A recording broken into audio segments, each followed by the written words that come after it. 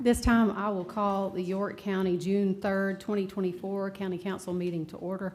Want to welcome everyone here tonight. It's always good to see so many folks here in the gallery supporting and paying attention to what's going on to county business.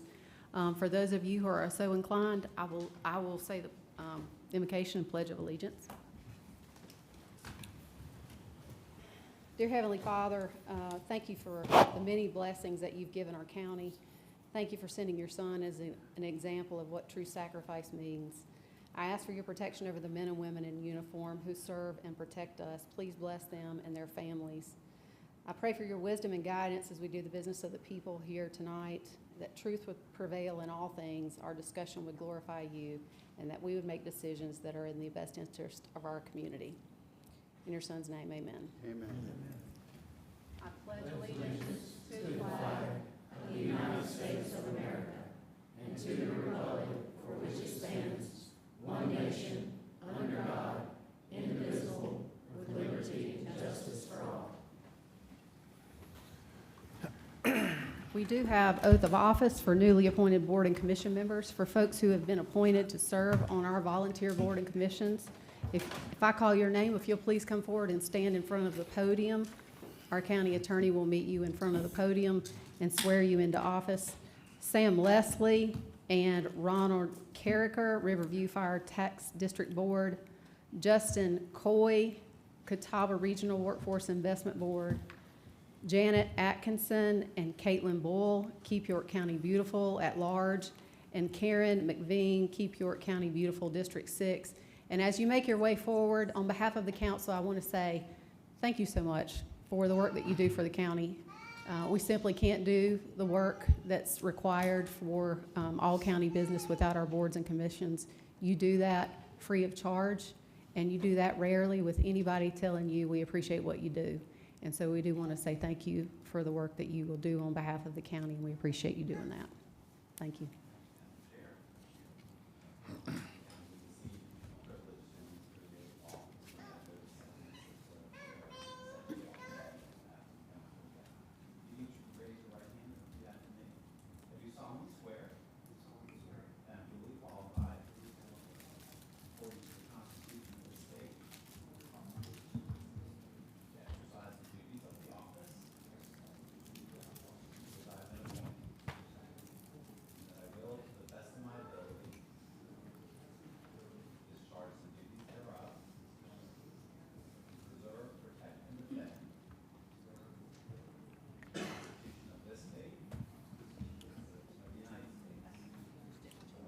Thanks.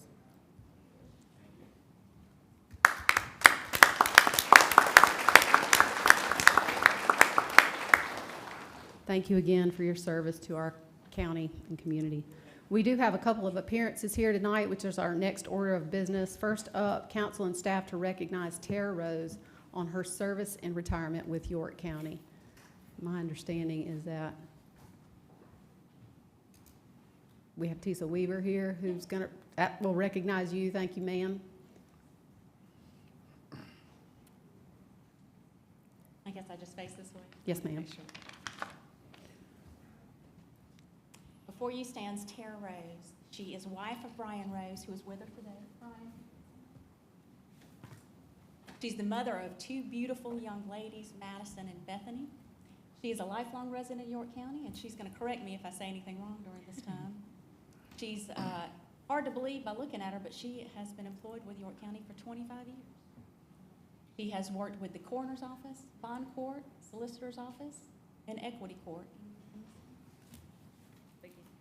I started out in planning.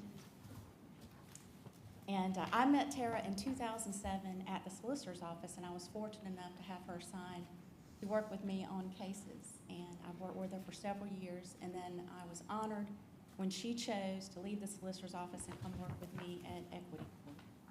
And in all these years, what I have learned about Tara is that she cares about her work and she cares about people.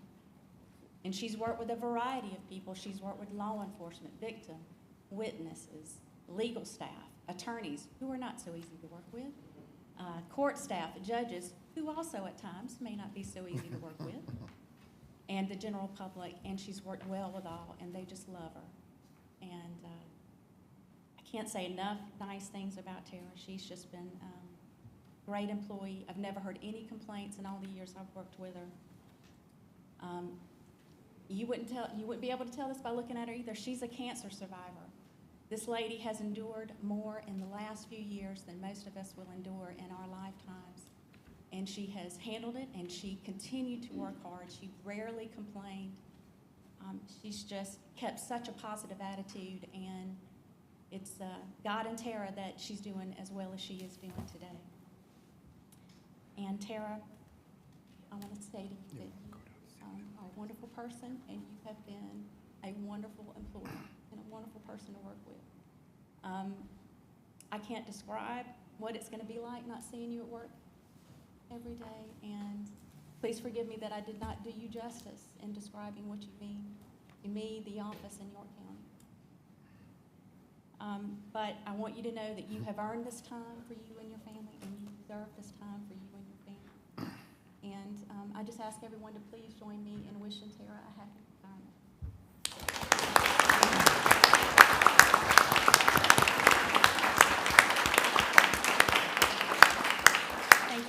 Thank you, Judge Weaver, and we appreciate the comments. You certainly have the floor. You have earned it, Ms. Rose. If you would like to address council, you're certainly welcome to do that. Before you do that, I would just say on behalf of council, it's rare to find people who are loyal to their jobs for that long. 25 years is a long time, and it shows commitment and loyalty on your behalf. We appreciate the work that you've done for the county, and we're excited that you have a new chapter where maybe you're going to enjoy some time in retirement, and we certainly wish you well. And you are certainly welcome to the floor if you would like to speak. I'm good, thank you. Okay. I don't want to cry. Thank you very much. Thank you, ma'am. I think that there is a clock there that's going to recognize you for your service here at the county, too. Just a, thank you, ma'am.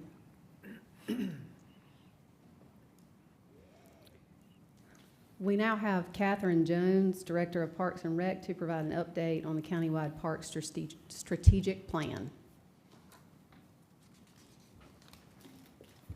Thank you, Madam Chair, council members. I appreciate the opportunity to speak before you tonight and provide you an update with the strategic planning process. Dr. Bob Brookover and Dr. Bob Barcelona could not be here this evening to provide this update, which is why I'm here today. I'm excited to say we have kicked off this process. Just a couple weeks ago, Dr. Brookover came into town, and we have started some meetings and some park inventory, and really, really excited to get started here. I'll just give you a little bit of, Aaron, I don't know if this is working.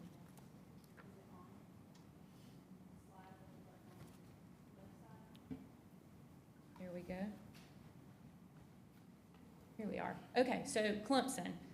Clemson University Parks, Recreation, Tourism Management Department was hired as the consultants to do our strategic plan.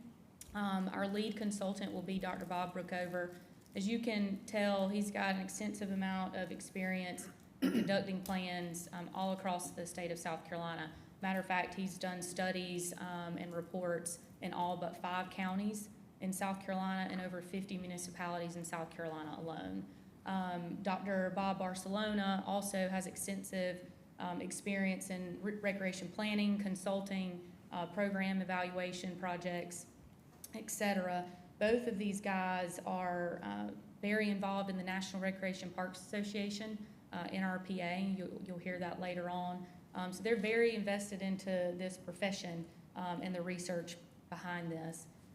Also, I'd like to mention, too, that Clemson was recently selected to rewrite the SCORP, which is the statewide comprehensive outdoor recreation plan for South Carolina Parks, Recreation, and Tourism Department. So that is a statewide plan that they just were selected to rewrite.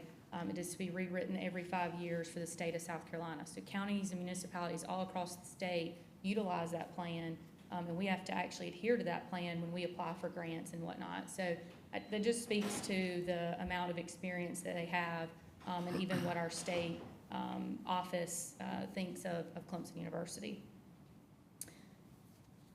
Before I get into the process, I just want to remind members of council what the purpose of and the goals of our strategic plan are. It is a long-range plan for Parks and Recreation here in York County. With us being a new department, and we have a number of individual park master plans, which you all have approved, and those are great. Now we kind of need a plan and path forward on how are we going to prioritize those projects with development programs and services, as well as what else do we need here in York County in the future.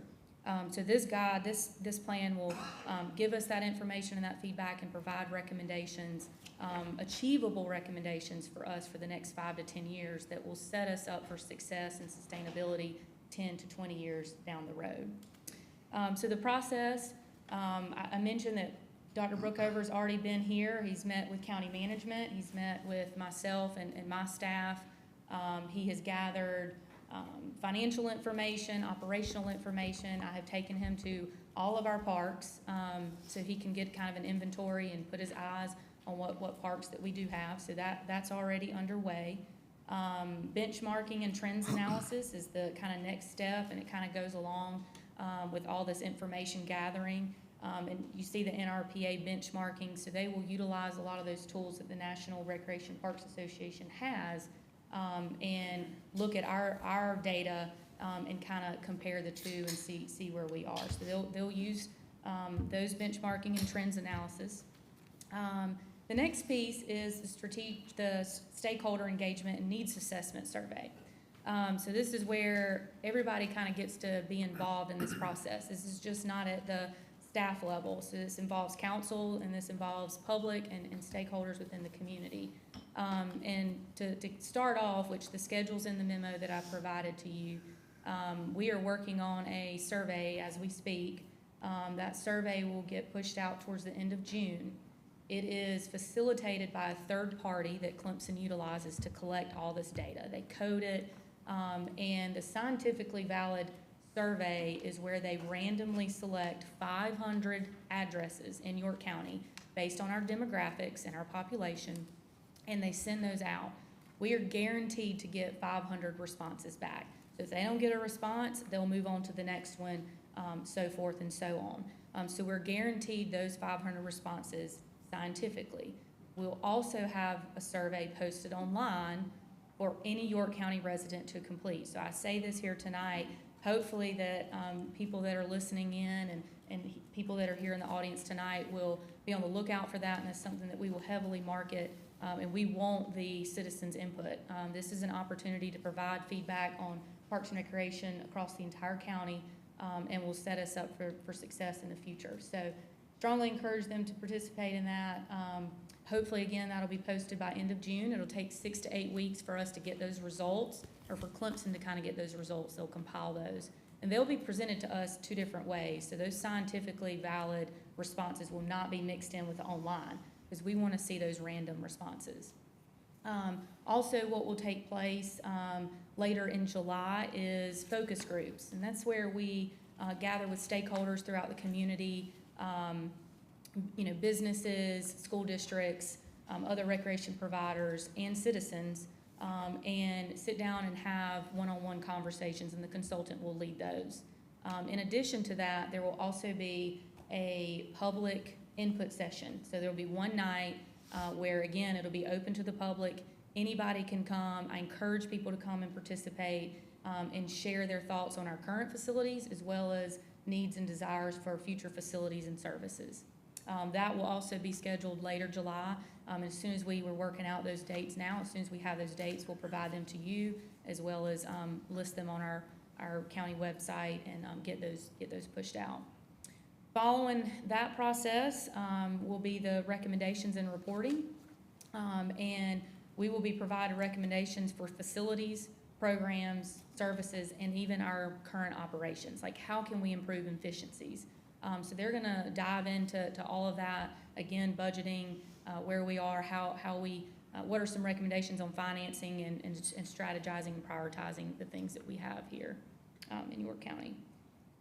Let's see here. So the last piece, I mentioned county management's met with them, staff and Parks and Recreation's met with them. We're going to meet with focus groups, stakeholders, and the general public. But you're part of this process too. You should be here probably in the next week hearing from county management or Karen to schedule a time to meet with the consultant. So the consultant would like to have small group sessions, 1 hour. He has divided those up geographically. And so you will get those dates that you can schedule those and meet one-on-one. Those can be virtual, or if there's preference to meet in person, we'll just have to arrange that with the schedule. But you're part of this process as well, where you'll be able to provide your input with the consultant. What we need from you guys too is just to help promote the survey. Encourage folks to fill it out. That way we make we make the best of this process. And then also promoting the town hall meeting late July, and we will provide those dates to you as soon as we have those in. Lastly, Dr. Brookover said that, again, he apologized for being here tonight. He actually serves as a council member for City of Clemson. So their meetings are tonight. They fall on the same nights of ours, which is why he couldn't be here. But if you have specific questions or would like to give him a call, his contact information's there. I've also provided that to you in memo and the slides. Thank you, Catherine. We appreciate all the work that you're doing with our Parks Department, and we know that this is a big step in making sure that we have a conglomerate. We have little piecemeal approaches to some of our parks now, and I think this will bring it all together. And it sounds like we've got one of the best folks that works with our state counterparts to help lead us in that. Are there any questions from council before we move on to consent agenda? Just to say go ahead, Bob. I was going to say, I think our committee feels the same way as you shared. Thank you. Yeah, I was going to say, first of all, nice job on what you're doing here. Excellent.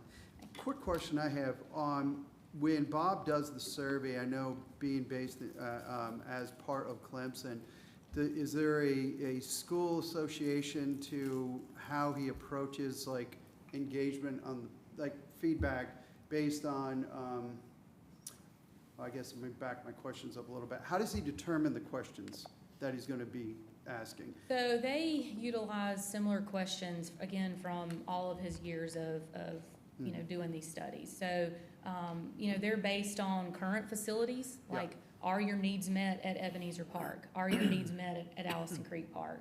And then we also look to ask the questions of what are we not meeting? What other activities or what type of facilities do you think are we're not meeting your needs here in York County? And all of that data too will be, there's zip codes associated with that, areas of the county that'll be associated with that. So we'll be able to pinpoint the need in your district may be very different from the need in District 5, so on and so forth. And so we'll be able to peel those layers back of those results, to be able to present in a report. Right. The value of getting the schools involved is really important. Absolutely. So the schools will be part of one of those focus groups. Okay. So I consider them as a stakeholder. We'll also identify potential partnerships out of this process as well, on how we can partner with school districts or other entities in York County to, cross-utilize resources to provide the best services and facilities Awesome. to citizens here. Sounds Yeah. good. Thank you. Yeah. Absolutely. Any other questions? Thank you, Catherine. All right, thank Appreciate you. it. Appreciate it. So we move now on our agenda to public forum. Now, this is an opportunity for folks in the community to sign up. It's actually the first 15 that sign up on this list are allowed 2 minutes to address council on anything that relates to a county council matter, anything within our jurisdiction. The only things we ask you to do are when you come forward, if you'll give your name, give your address, and if you'll pay attention to the screen, it will let you know when you're getting close to your 2 minutes. When it hits yellow, starts blinking, please start winding up, because when it gets red, my job is to cut you off. And I don't like doing it, but I have to do it, so I will do that. Another thing is please make sure that you keep your comments respectful. Don't attack any individual council members. You call them out by name, I'll have to call you down. So those are the rules that we have, and we're very interested to hear from our community. We provide this at the outset of our business so that we can listen to folks. If there's anybody here for a public hearing item, then I want you to understand you're not limited to your 2 minutes. So if you prefer to defer and wait for a public hearing to discuss your comments, you're more than welcome to do that. You know what? I'll just refresh everybody's memory. We have several rezonings tonight. I think there's extreme interest with our farm use and rezonings. Those are public hearings tonight. If you want to speak on that, you can wait until the public hearing. And all of our public hearings tonight look like they are rezonings. It doesn't look like it deals with any specific changes to any other major ordinances. So first up, Tom Smith.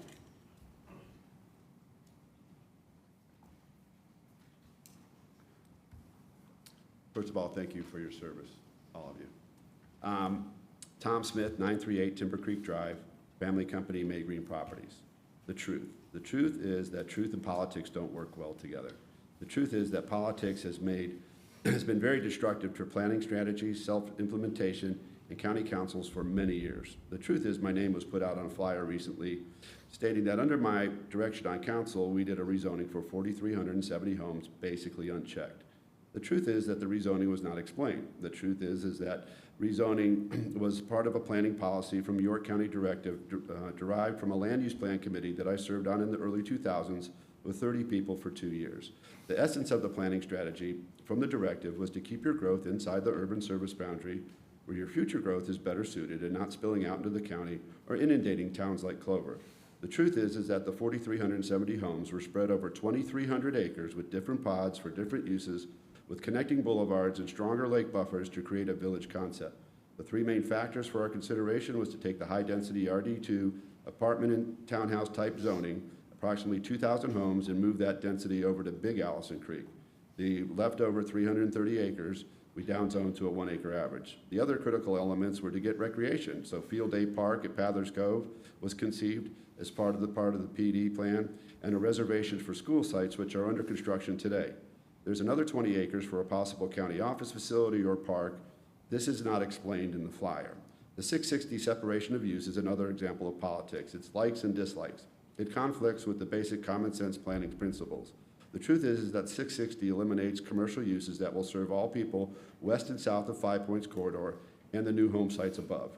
The truth is that you do not want all that traffic to continue to serve an already congested area. The truth is I didn't want to be here today. But sometimes you got to set the record right and tell the truth. And the truth is I just want to be left alone. Thank you, sir. Jeff Ledford. My name's Jeff Ledford, 2095 Cutter Point Drive in Lake Wiley. As a representative of the Lake Wiley Chamber of Commerce, I first want to thank the County Council for taking into consideration the amendments that have been submitted to the 660-foot same-use ordinance within the Lake Wiley overlay. It is recognized by now that this ordinance not only was snuck in during the rezoning project, but has detrimental effects on growth in Lake Wiley, as well as infringing on rights of property owners and goes against basic urban planning. Although these amendments proposed is not everything that we would like to see, they're a start. And when you compromise, you never get everything you want. But compromising on issues like this is what our basic democratic principles are based on. The Chamber supports small business and economic development in our area, as well as best development practices. Modifying the ordinance will allow for better planning in our area, especially down the Highway 274 corridor and the 5 Points area. Smart planning will allow for shared easements, reductions in curb cuts from 274, interconnectivity roads off of the main highway, which improves safety in the area, clustering of businesses that promote areas for residents to walk from business to business, and will encourage service businesses to locate in an area that will serve residents west and south of 5 Points. Again, reducing the need for additional traffic on the Highway 49 corridor. In other words, it will allow to be done what wasn't done during the development of the Highway 49 corridor. Finally, as important as the other benefits listed, the amendments to this ordinance is an opportunity to respect property owners' rights, giving them more options for either developing their property or selling to someone that wants to develop it. Thank you for addressing these positive changes to the flawed ordinance. Thank you, sir. Carla Pendleton.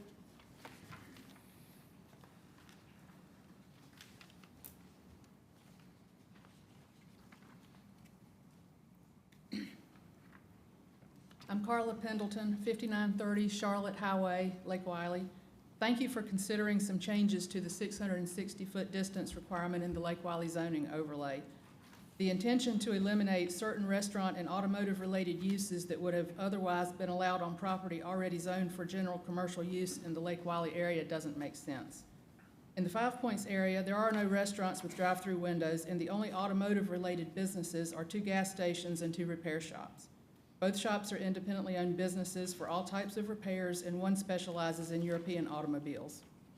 The Lake Wiley Small Area Plan designates the Five Points area as a neighborhood center, which is where those types of businesses should be clustered. My property adjoins the 7-Eleven gas station property at Five Points. I have road frontage on Charlotte Highway, Lake Wiley Road, and a county gravel road. It doesn't make sense to not allow a car wash or most of the other prohibited uses on my property.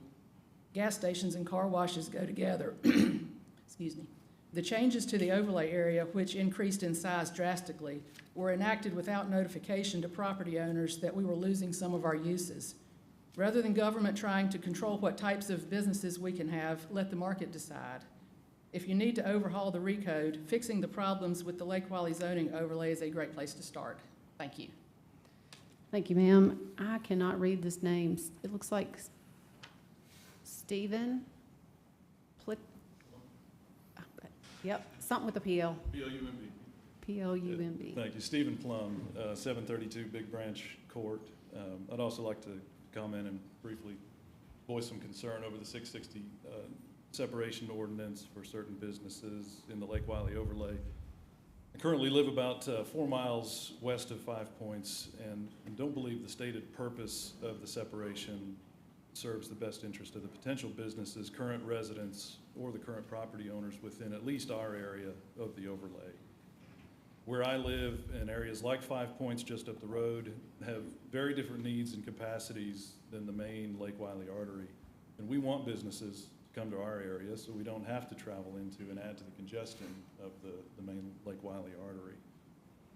I believe that the ordinance unnecessarily limits the ability of certain businesses to perform and add value to the immediate service area, will artificially suppress the highest and best use of undeveloped property, and limit the ability of private property owners to do what's best for their own property through government interference to essentially allow government to determine certain winners and losers in a transaction.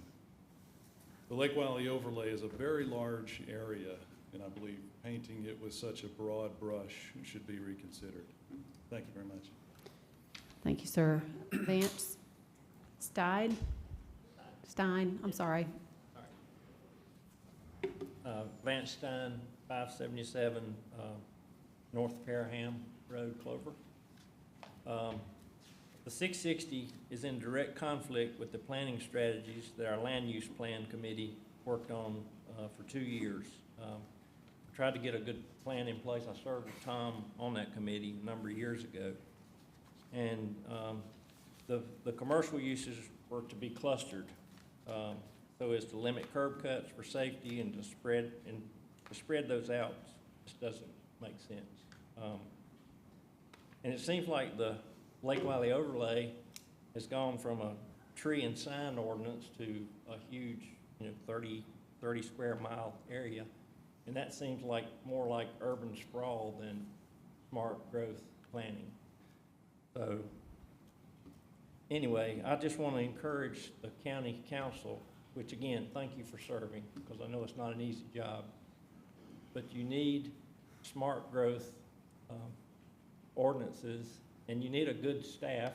I know we have a new county manager, which I haven't met yet, but I understand he does a good job with planning, and hope he'll encourage y'all to be involved in smart growth planning. No growth is not an option. We're going to grow. We just need to be ready for it. And I hope that the county council will listen to staff. It's staff's job to really put together growth plans, and I hope they will do that, and y'all can listen to them and make some good decisions. Thank you. Thank you, sir. Amanda Hauser.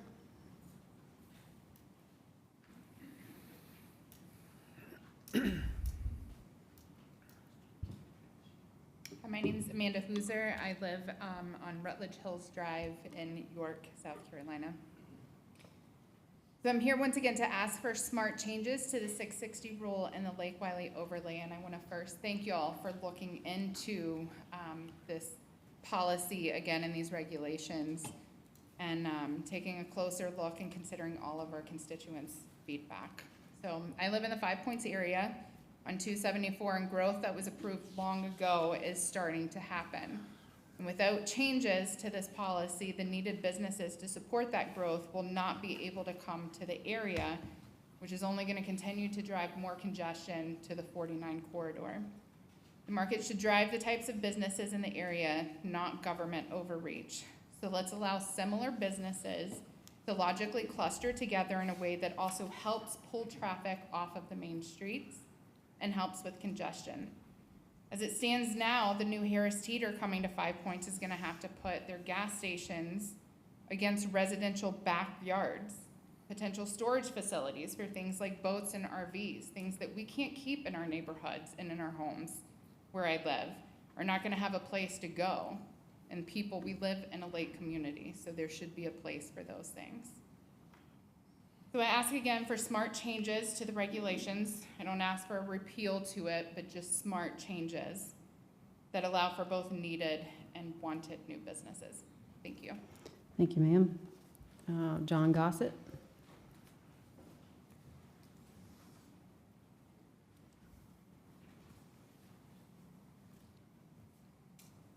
John Gossett, 5717 Lake Wiley Road. Again, I'd like to thank, as others have, thank the council for taking another look at this ordinance.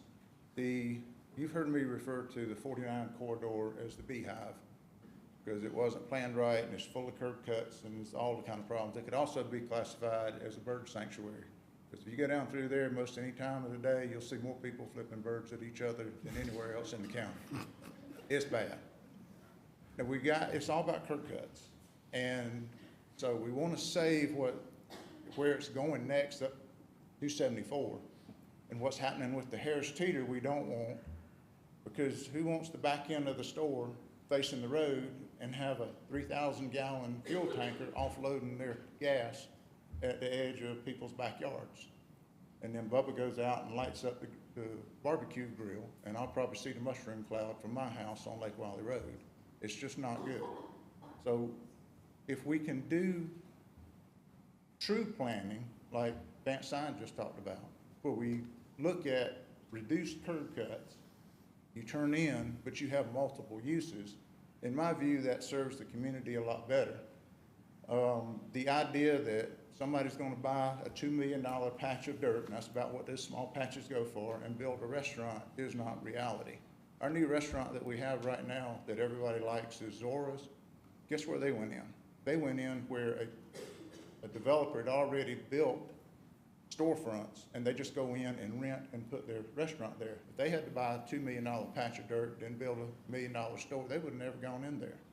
So these kinds of uses are going to bring in, or these kinds of developments will bring in some of these uses that people want. If it were me, we'd go back to 1980, and we wouldn't have any of that there. But the reality is the growth is here. We just got to deal with it in the right way. Thank you. Thank you, sir. Lacey Lane.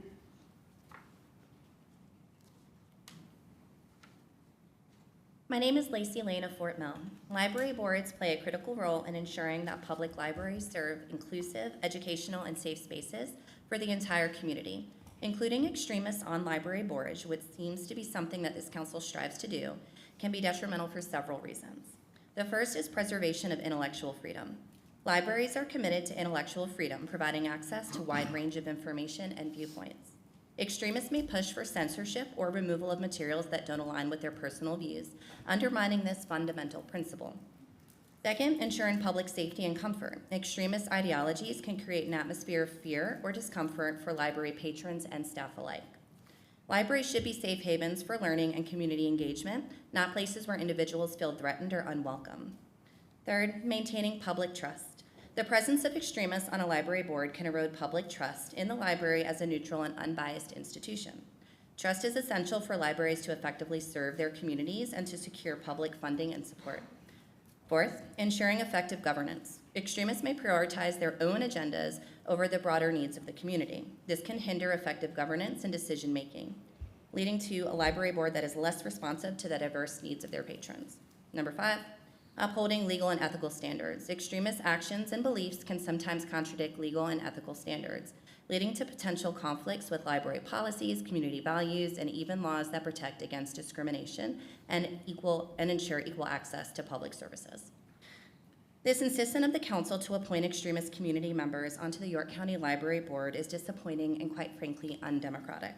I ask that you not approve the recommendation for Mark Herring for the District 6 board seat based on his very well-documented extremist views. Please do better. York County deserves better. You swore in the chapter lead of a designated extremist group tonight, so I won't hold my breath. And I also believe that it's not ethical to have spouses of council members serve on boards that the council oversees. Thank you. Ronald Todd Carricker. Does that apply to Glenda Carricker too? Either one of y'all here, you want to speak? All right. Justin Coy, looks like he's getting his oath. Several people scratched out their name. Looks like we have Caitlin Boyle, board appointment as well. Don't need to speak? Okay. Monica White. My name is Monica White, Mr. Gar. Okay. Yes, ma'am. Tony Panel. I'm here on the record service deal, so they sent me an email saying that the thing was gonna be on something about the record service. That's what I'm here about. Yes, sir. This is- I think it's second reading, so if there's something you'd like to share with the council, you're more than welcome to do that Okay. now. Let me hand out some little information I gathered up today, just to.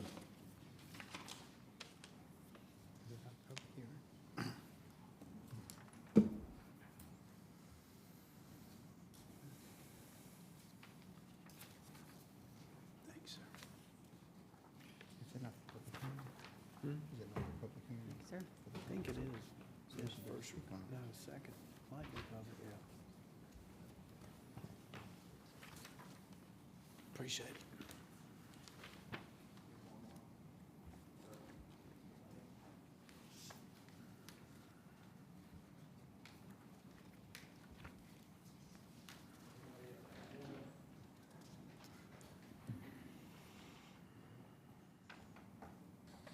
Anyway, my name's Tony Pennell. I live at 1920 Crystal Ridge Drive in Rock Hill. I own Tony's Garage and Towing on 5963 Mount Gallant Road. And I understand that the sheriff's office wanting to come up with their own rates and rules. And I understand that we need rules. Anything you do, you need rules to make sure everybody's following the same rules. But if y'all look at that first piece of paper, this is the rules and regulation on what we can charge for the highway patrol. And you got A, B, and C class. And, you know, A's big trucks, B's the small, medium-duty trucks, and C's the smaller trucks. Let me get my glasses on before I can see. So, I'm sorry, I told you wrong. A, small, B's, medium, and C's the large. And we want to make sure that we try to stay in content with the Highway Patrol's list on pricing, because the second sheet, if y'all flip over to the second sheet, I went and priced a brand-new truck, and y'all can see it's $146,000. Back in 1991, a new truck was $36,000. In 2015, a truck was $90,000. So that's the increase on how much the trucks are gone up on prices, which everything has gone up. And the third sheet is basically what I pay a month for fuel. And it's just not the whole year, but it's a couple of months on there. And I imagine all the other tow companies probably pay about the same thing that I do. The last sheet is how much insurance we have to pay on the coverage. And I just want y'all to see if y'all stay in the guidelines with the highway patrol on pricing. Thank you, sir. All right. Appreciate that. That concludes our public forum session here tonight. All the folks that signed up, I've called their names and called them forward. We do appreciate the folks that came out to speak. Appreciate you being here tonight. Do we have a motion on consent agenda? Motion for approval with modifications to remove 21 and 26. All right, so we'll move number 21 to new business and number 26 to number 4 in old business. Are there any other removals from consent agenda? Do we have a second? Second. Motion and a second. Any other discussion? All those in favor say aye. Aye. Any opposed? Hearing none, motion carries. We move now to our first public hearing item. Item number 1, I'm operating without my glasses tonight, so we'll see how good this goes. Rezoning action, hold a public hearing and consider first reading, case number 24-21, tax map number 376000060 to rezone from AGC to RUD, a 3.0 acre portion of an 8.76 acre parcel in District 2. Mr. Buono? Yes, the application this evening is for one parcel that is just under 9 acres, and they are seeking to rezone 3 acres of that, the purpose for which is to create 3 1-acre lots, so 3 new lots of 1 acre each, right there on the road. So as a rough sketch from the applicant there of what they intend to do. Staff recommends approval of the request. The RUD district is consistent with the comp plan and future land use map. You can see the light or minty green color represents rural residential, so that's appropriate for RUD. And there's hatching there that indicates the area that they are seeking to rezone. The remainder will remain in the AGC district. By a 4-2 vote, Planning Commission also recommends approval. Are there any questions for staff before we open public hearing? I have a quick question. Mr. Roddy? How many other pieces of property are RUD in the immediate area? So if you look at the map on the left there, there are no properties that are zoned RUD in the immediate vicinity.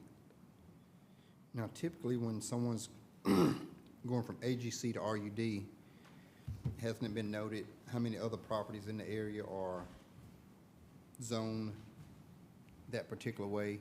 So now we've had some recent rezonings where we've said, hey, there's no other RUD in the area, or there's several RUDs in the area.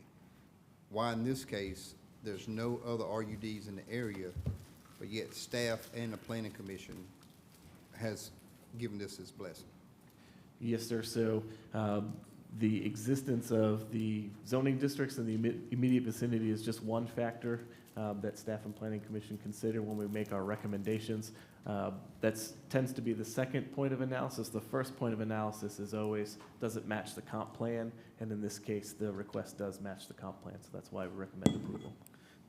So are we prepared for this entire area to pretty much go RUD? Because that's typically what we've kind of been a little hesitant to do, because once we allow more homes on this site being broken down into 3-acre tracts, could we not assume that other parcel owners are going to want to come break theirs down into smaller tracts to be able to get more homes? Because that's kind of the going thing. To get more value out of a piece of property, you want to have more lots. So are we prepared to pretty much change this whole area to RUD? Because I think that's what's going to happen. Yes, sir. That's consistent with what the comp plan recommends for this area. So any request for rezoning to RUD that would be on the west side of Glen Road would be consistent with the comprehensive plan. All right, thank you. Any other questions? I just wanted to ask a question, Jonathan. This property is, so when we went through the comprehensive land use plan last, one of my requests was to change some things that were being recommended to go to rural residential to go back to agriculture. And I just want to, and I'll talk a little bit more about this when we get into the discussion, but this borders that change backwards on the comp plan, doesn't it? So if we were looking at a bigger map right here, everything that's on Ridge Road, everything that's to the right here, was proposed to go to rural residential in the comp plan, and we actually rezoned that back. I'm looking at the pictures of those things that I rezoned backwards, so is that? I can confirm that for you by second reading. Okay. Any other questions? Yeah, Jonathan, how is that not spot zoning? Because it is consistent with the comprehensive plan. But, well, y'all say that a lot, but give me a reason why. Because the future land use designation indicated by the mint green color on the west side of Glen Road suggests that appropriate zoning districts would include both AGC and RUD. But there's no other RUD around. Understood. That's the distinction between the comprehensive plan, which is a roadmap to where the county is looking to go in terms of land use, and zoning, which is the by right status of the property currently as it is today. Well, I'll have to admit, I agree with both. We wishy-washy back and forth on how we doing it. You and I can agree on some things. Oh, yeah. Well, I mean, it's very obvious. Any other questions? Any other questions for staff before we open the public hearing? Well, one thing I would just like to jump in on, Madam Chair. I think if you look at the attachment on the agenda, you know, what you're seeing is the zoomed-in version up on the screen. 2 lots to the south is that same minty green. So I think, you know, we're zoomed in here to show exactly adjacent, but this is reasonable, and this is something that we're seeing relatively close by. Any other questions? All right, is there anyone here who wishes to speak against this rezoning request? Is there anyone who wishes to speak in favor? Move to close. Second. Motion and a second to close public hearing. Any discussion? All those in favor say aye. Aye. Any opposed? Hearing none, public hearing is closed. Do we have a new motion?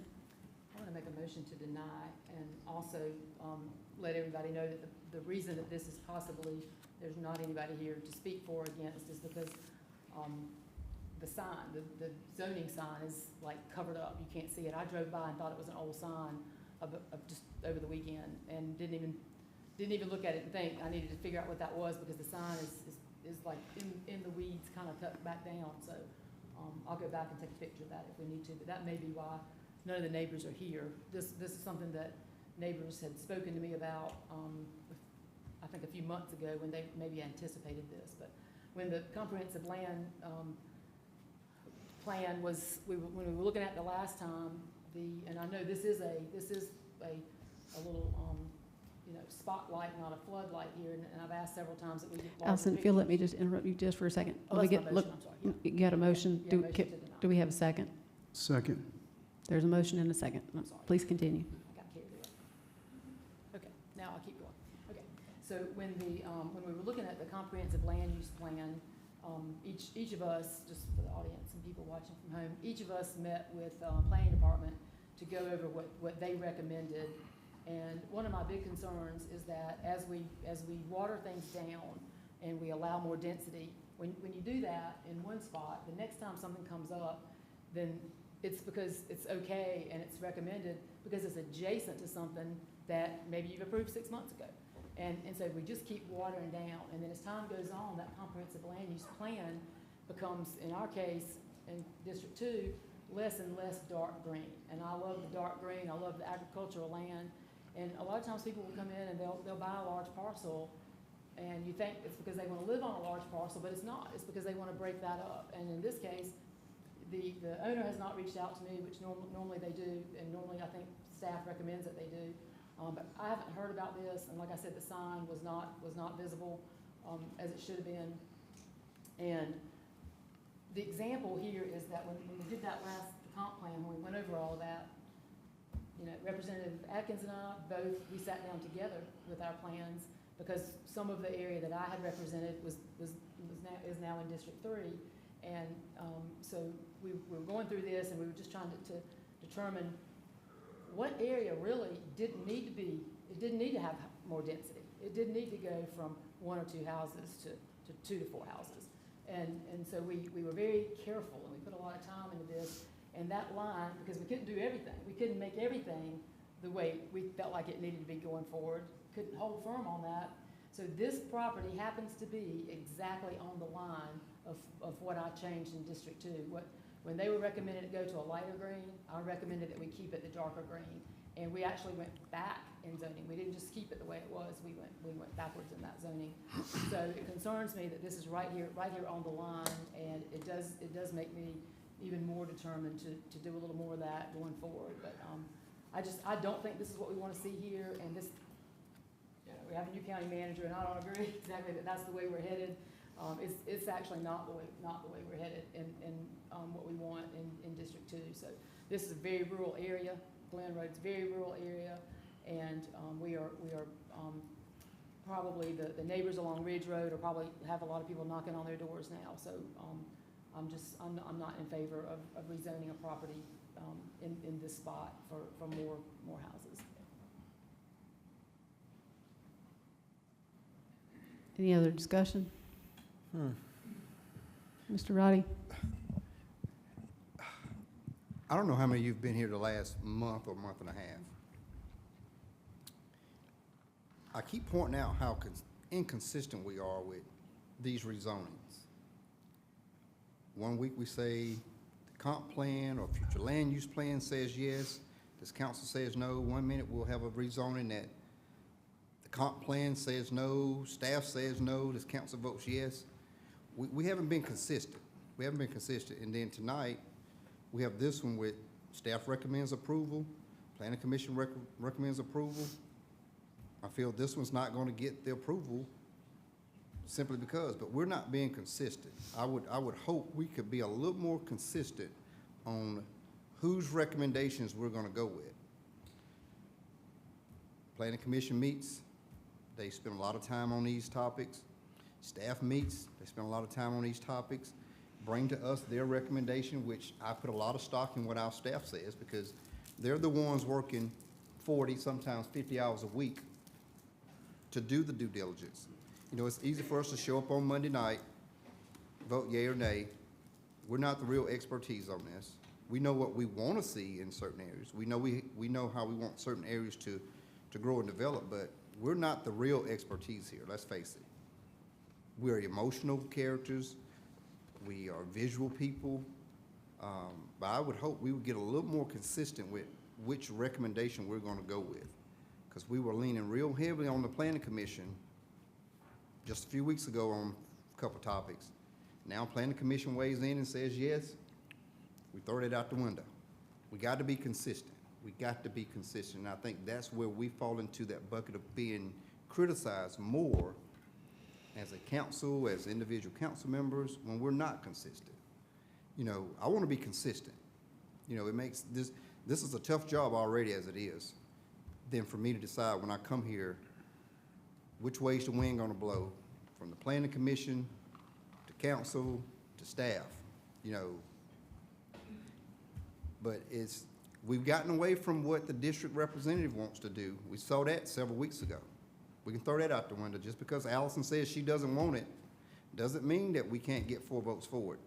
Just because Allison says she wants it, doesn't mean we can't find 4 votes to be against it. Are you picking on me? No, this is your district, but I'm asking for some help from this council.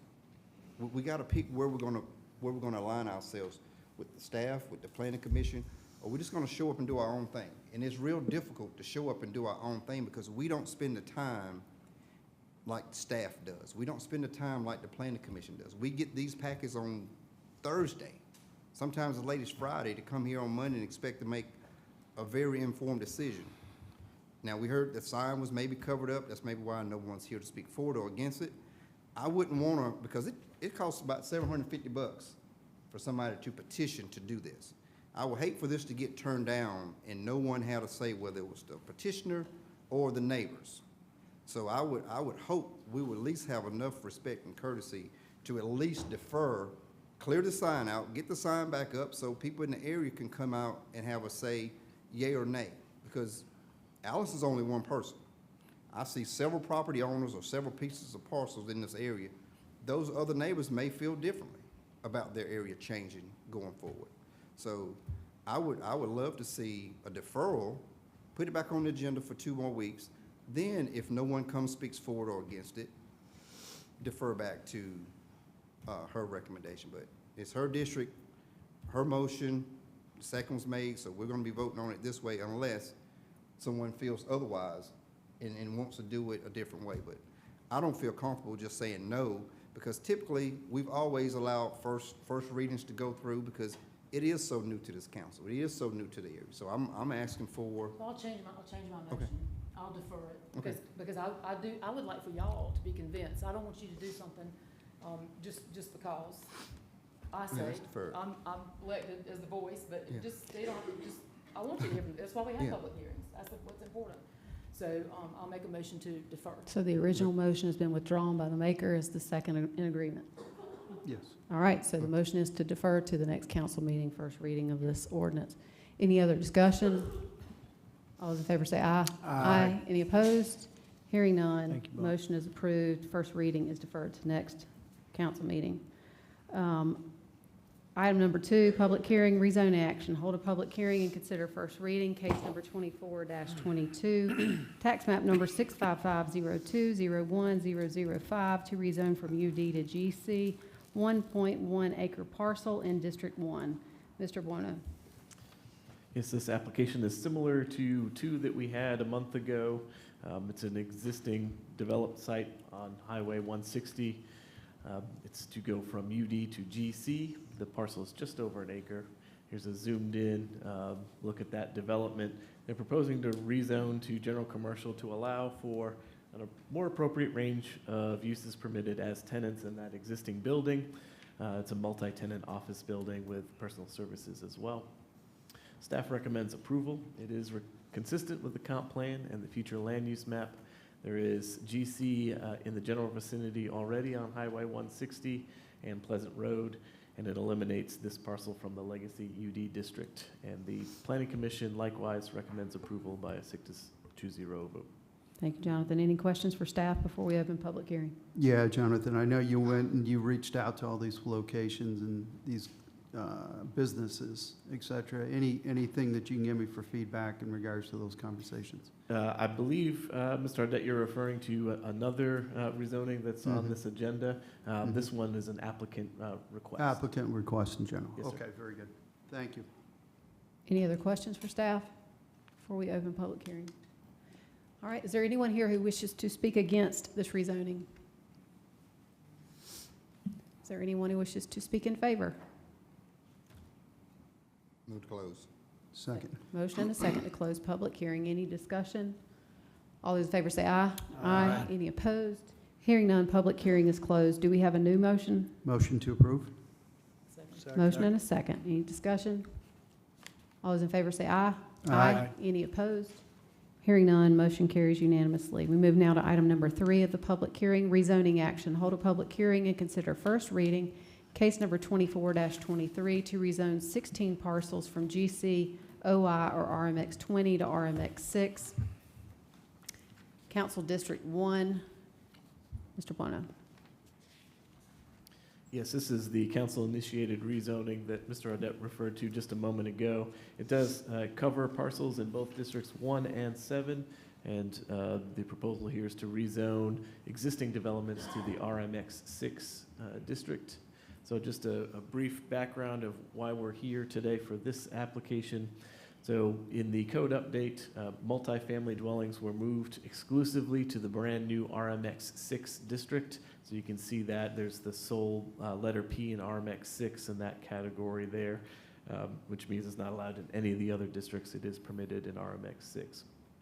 So that means that all of the existing apartments and condos in the county are now legal non-conforming, and they are not permitted to increase in intensity or enlarge. So here's a map that shows the developments as part of this application that are in District 1. There's a name of those developments there. They're in the lighter yellow color. Here's the zoning map that's associated with the area. So the districts here for those, and again, these are developed properties. None of these are vacant. Today, they are RMX 20 and GC for general commercial. So GC would be that red color. The lightest tan color would be RMX 20. And just to show you an example, because we don't really have very many in the county to date, being a relatively new district, the legacy there that I've circled with the black hatched lines there, that's the brown color that would be RMX 6. So all of these properties would be converting to that brown color. So here's the same map, corresponds to District 7, those properties there. There is the zoning map. Likewise, there is an additional district that's part, a zoning district that's part of this map. OI, it's that blue color, it's office and institutional. So all of these properties would likewise be going to that brownish color for RMX 6. Staff recommends approval. It resolves the nonconformity of those existing multifamily residential developments that was created by the removal of multifamily uses from the existing districts, and by a 6-0 vote, Planning Commission also recommends approval. Any questions for staff? So just to repeat what you stated on here, again, all these are existing facilities that are currently built. What this is doing is getting everybody up to code based on the code changes we made about 1.5 years ago. So based on that, I guess I don't have any other questions. Thank you, sir. I do have some questions. Jonathan, how many properties were rendered non-conforming as a result of RECODE in this particular situation? That would be a research effort. The reason that it's only District 1 and 7 right now is because there are so many properties, and this is just for multifamily. So townhomes were also moved to RMX 6, making those townhomes also non-conforming, and there are many more townhomes than there are apartments in the county. So the approximate number, I'd have to spend some time to get that to you. Did any other properties get impacted? For instance, are there properties that are vacant properties that don't have an existing use that put them out of nonconformity because of RECODE? No, if there's no use that's on the property, it wouldn't make it non-conforming. Non-conforming would just mean there's an existing use prior to a establishment of zoning or a zoning change that makes that use no longer allowed, but allowed to carry forward or grandfathered. So were the property owners who lost the right to do multifamily notified of the specifically given written notification? They weren't, they did not lose the ability to, are you referring to vacant property? Yeah, I guess what we're doing is we're basically saying, look, these properties already have this use in place, right? Yes. We're basically saying, we got to rezone you to match what we did in RECODE, right? That's right. So these properties are ones, they're the only ones that we've been able to identify that have actually a use in place that's in nonconformity. My question is, are there other property owners who had zoning designations that allowed them to do that they're not aware of, that we have now rezoned and we've now made that use not allowed? That's a difficult question to answer. I'm sure there are properties out there that don't have any intent in the near term to do developments. There might be some that have some idea of what they would like to do with their property, whether they intended to do it themselves or to sell to a developer. There's no, when you do a code update, there's not a individual property notification that's required, similar to the rezoning process. So for example, with this application, certified mail had to be sent to all the property owners that are part of the rezoning. For these specific ones, Yes, their ma'am. specific uses. But I guess what I'm seeing is that prior to RECODE, GC, RMX 20, OI would have allowed the multifamily use, and now we don't allow that. Correct. And so we would not have given them written notice to That's take not that a- out of their. That is not a statutory requirement, no. So RMX 6 is the only one that now allows that. Correct. We didn't charge any property owners to do this rezoning. No, this is a council-initiated rezoning. There's no fee. Okay. Any other questions? The map, Jonathan, there. Can you send that to me? I sure can. Okay. Any other questions before we open public hearing? All right, is there anyone here who wishes to speak against this request? Is there anyone who wishes to speak in favor? Do we have a motion to close? Motion to close? Motion and a second. Any discussion? All those in favor say aye. Aye. Any opposed? Hearing none, public hearing is closed. Do we have a new motion? Motion to approve? Second. Motion and a second. Any discussion? All those in favor say aye. Aye. Any opposed? Hearing none, motion carries. Move now to item number 4, rezoning action. Hold a public hearing and consider first reading, case number 24-24, tax map number 386-00-00-005 to rezone from RSF 40 to RUD, 3.77 acres, 7-acre parcel in District 2. Mr. Bueno. Yes, this request on Lincoln Road is for a property that's just under 4 acres to rezone from the current RSF 40 district to RUD. So the property is currently under violation for an unpermitted use, that use being animal production and livestock keeping or raising. The rezoning to RUD would resolve the violation and allow the applicants to keep the animals presently on site. You can see from the photo there's a number of chickens. There is a new accessory use that's in the code that would allow up to 6 chickens to be on the property by right, but in order to keep more than that, they would have to rezone to RUD. So there's some confusion, I think, about why we're here, why this is a code enforcement case. So I just wanted to quickly clarify that for all of you. So the only violation that's on this property right now is for the keeping of animals, because that number of chickens on site exceeds the permitted 6 for an accessory use. So under the old zoning code and the updated zoning code, you can see that the animals, the keeping or raising use was not allowed in either instance, both in the past and as of 2022. Staff recommends approval of this application. It is consistent with the comp plan and the future land use map. You can see the future land use map shows this area to be rural residential, so RUD is an appropriate district for that designation. The vicinity is also predominantly large lots with rural character. RSF 40 is the original zoning for this property, and those surrounding it, I don't know that was the best choice at the time when zoning was first adopted, given the size of the lots and the rural character. So certainly rezoning this to RUD makes sense, and by a 6-0 vote, Planning Commission likewise recommends approval. Thank you, Jonathan. Any questions for staff? All right, is there anyone here who wishes to speak against this request? Is there anyone who wishes to speak in favor? If you would come forward and give your name and address. Zachary Smith, 3310 Lincoln Road. Good evening, my name's Zachary Smith. My family and I live and raise a flock of chickens on the property in question. Speaking here tonight, not because I want to, but because I have to stand up for and defend what should be my right to reasonably raise livestock on our property.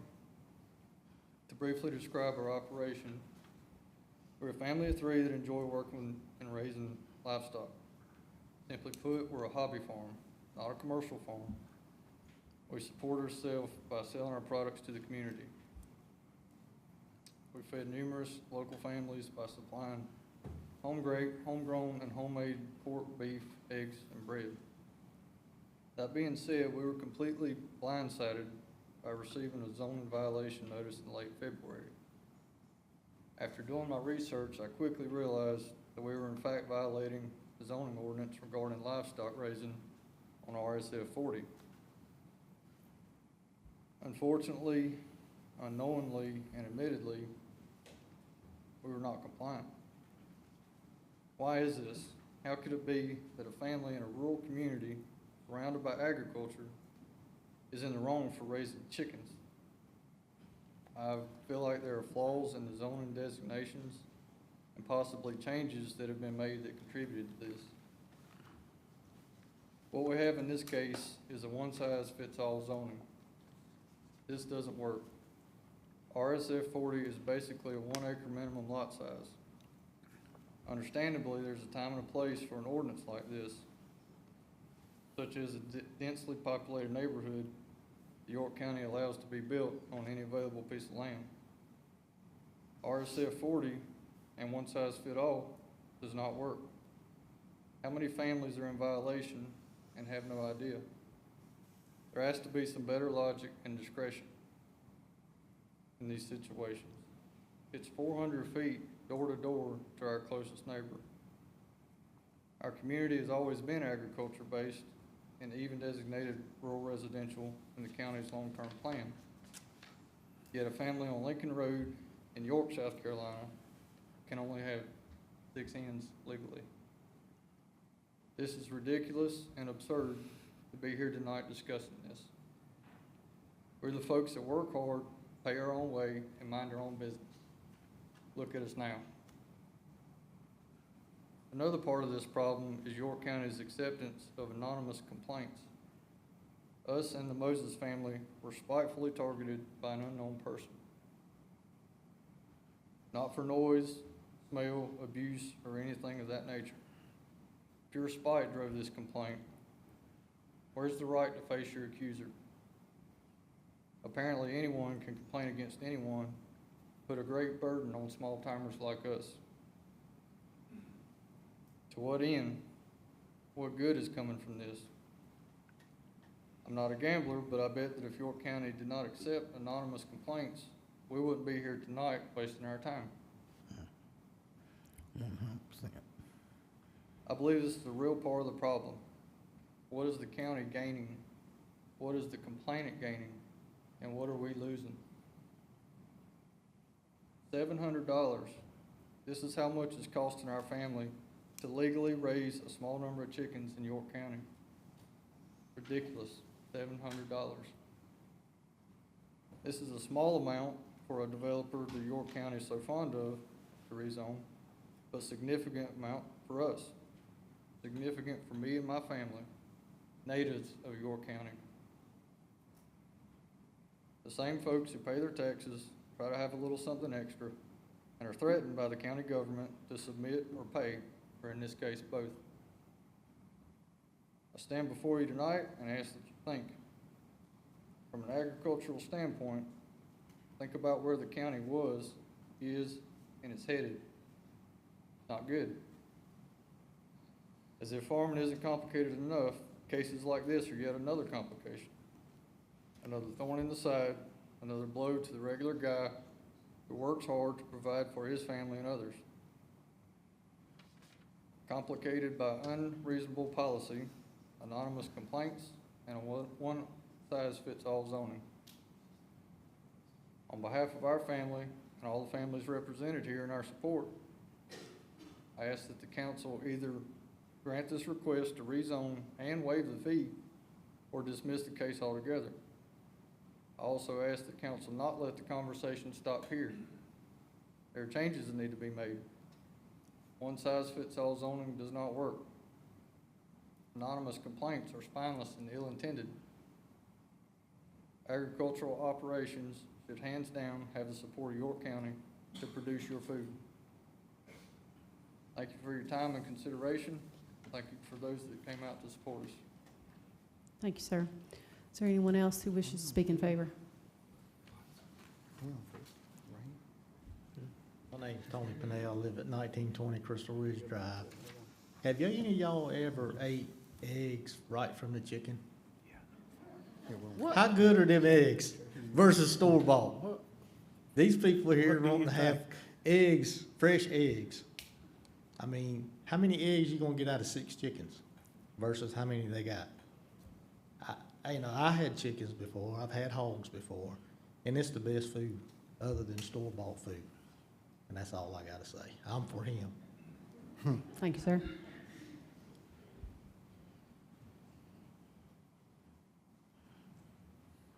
My name is Justin Good, 3047 Iron Bridge Highway, Hickory Grove, South Carolina. I'm speaking on behalf of the York County Farm Bureau Young Farmers and Ranchers Association in reference to this specific case and in general rezoning.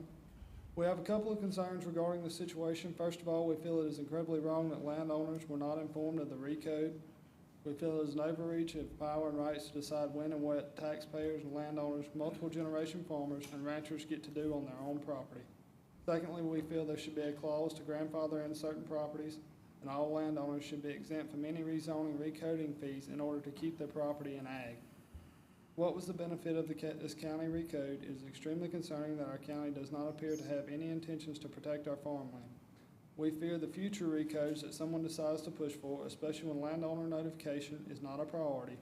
We understand that time has passed for proper notification in this case, so it is our hope that the county will do the right by these landowners, waive absolutely any fees, grant them their right to keep their animals and property, and notify other landowners of this change so the property can appeal or rezone for their property. If other items were included in this law or ordinance of 895 pages, change it, rewrite it. If jobs are tied to it, move them. We would be in the utmost support of our tax dollars paying for this ordinance to be redrafted to properly represent taxpayers and landowners in York County.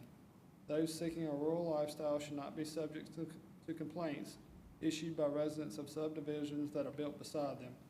Quite frankly, it is not the pre-existing property owner's problem or concern if subdivisions residents do not like what they do on their property. The county has allowed this mass amount of development, and the complaints are the county's problem.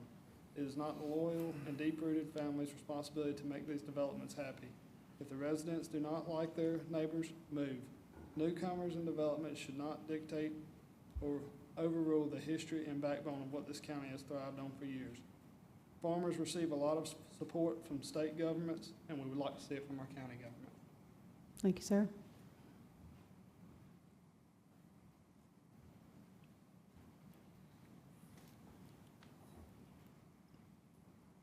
Good evening. My name is Tate Weisinger, and this is Emma Lowrance. We represent the Rock Hill ATC FFA chapter, where we serve as chapter leaders. Emma and I are both involved in livestock work and practices, and we both enjoy this field. After graduation, we both intend to pursue careers in agriculture, and more specifically, animal husbandry and livestock care. We come to you tonight to express our concerns about the County Recode Ordinance of 2022 that has recently come to the attention of our members, with a handful of properties being notified of their noncompliance by housing small livestock. We're discouraged for our members that are interested in pursuing the agricultural projects and careers. A large part of our hands-on education in agriculture is student-supervised agricultural experiences, better known as SAE projects. These projects provide students the opportunity to enter the agribusiness sector in the state of South Carolina, which is the leading industry in the state. Emma and I have conducted SAE projects during our time in agricultural education that include raising fiber quality sheep for the production of fleece products and raising a market steer for beef production. Our respective projects taught us valuable lessons in responsibility, time management, work ethic, but also in product marketability, good investment, and target audiences. Students hold entrepreneurial job placement projects that allow them to better understand the fields of agriculture that they wish to enter, as well as contribute to their local economies. SAE projects have the potential to kickstart the careers of students through experience. Will the hundreds of students of York County still have the ability to pursue their agricultural projects and businesses under the current county zoning ordinance? Over 4,500 students in York County are involved in agricultural education through FFA and 4-H. Not all of these students live on property that is zoned for agriculture. The ordinance is the current ordinance restricts many of those students from carrying out their agricultural SAE projects, but also their FFA and 4-H endeavors, like showing livestock, participating in 4-H clubs, and training for FFA events. Certain city ordinances allowed property owners to be compliant in their possession of small livestock if they provided adequate space and care. Under the current county ordinance, many residents have lost this ability. How can we continue to provide these quality learning experiences for students and remain compliant with county regulations? We're eager to forward agriculture in York County and feel as though this ordinance is a restricting factor for students like us that plan to pursue agriculture values and pursue agricultural careers. We ask you to reconsider the ordinance as a whole to allow students and their families the opportunity to continue to grow and learn in the field of agriculture. Please reflect on amending the ordinance to allow for small livestock that are cared for appropriately and housed in adequate space. Thank you for your time. Thank you, sir. Anyone else wish to speak in favor?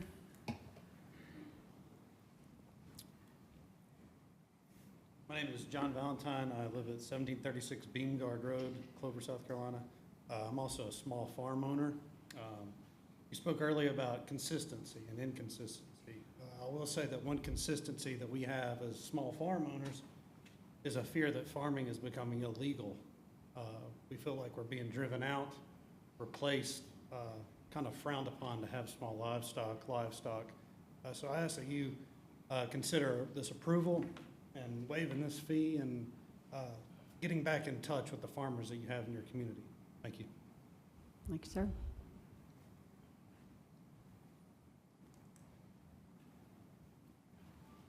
Y'all already know me, John Gossett, 5717 Lake Wiley Road. This is why I came down here tonight. How Lincoln Road became zoned that way, I have no idea, but it's wrong. I grew up close to Lincoln Road, know every curve in that road, and every bit that's agriculture. But there's other places, you know, I'm speaking in favor of both the Smith and the Moses family, but there's more like them out there.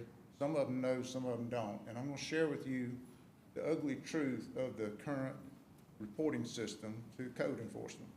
I know a very prominent family. They're known throughout York County, and every one of y'all know them. And I'm not gonna say where they are because whoever's ratting these people out will go after them next. But they're in District 2. They weren't too happy about being put in the Lake Wiley overlay, the ginormous 40 square mile thing. They were gonna have something to say about it. Somebody came to them and said, this is a true story. Somebody came to them and said, you better stay quiet and not kick up any dust. Why? Because you got cows on your land. And I'm like, so what? Our family's been here 150 years. Been cows on it the whole time. Well, the zoning got changed. And you're not supposed to have those animals on there now, so if you cause any trouble, somebody's gonna call zoning on you, the compliance, and then you're gonna have all kind of problems. That happened to a prominent family. There's other people, and look at the Smiths and the Moses. That was a spiteful complaint. You know, y'all know me, I'm a military background, so I mean, I have those references, but this literally is this anonymous reporting and getting people having to pay out all this money just to be able to get their rights back. This is like echoes of North Korea and the secret police. It's being abused, and it's just plain wrong. It's not the York County that we all grew up in. It's not the York County that we want to live in now. That reporting system, that anonymous one phone call, and I'm going to screw up somebody's life, is just plain wrong. And that needs a separate issue. It needs to be addressed, but please take a look at it.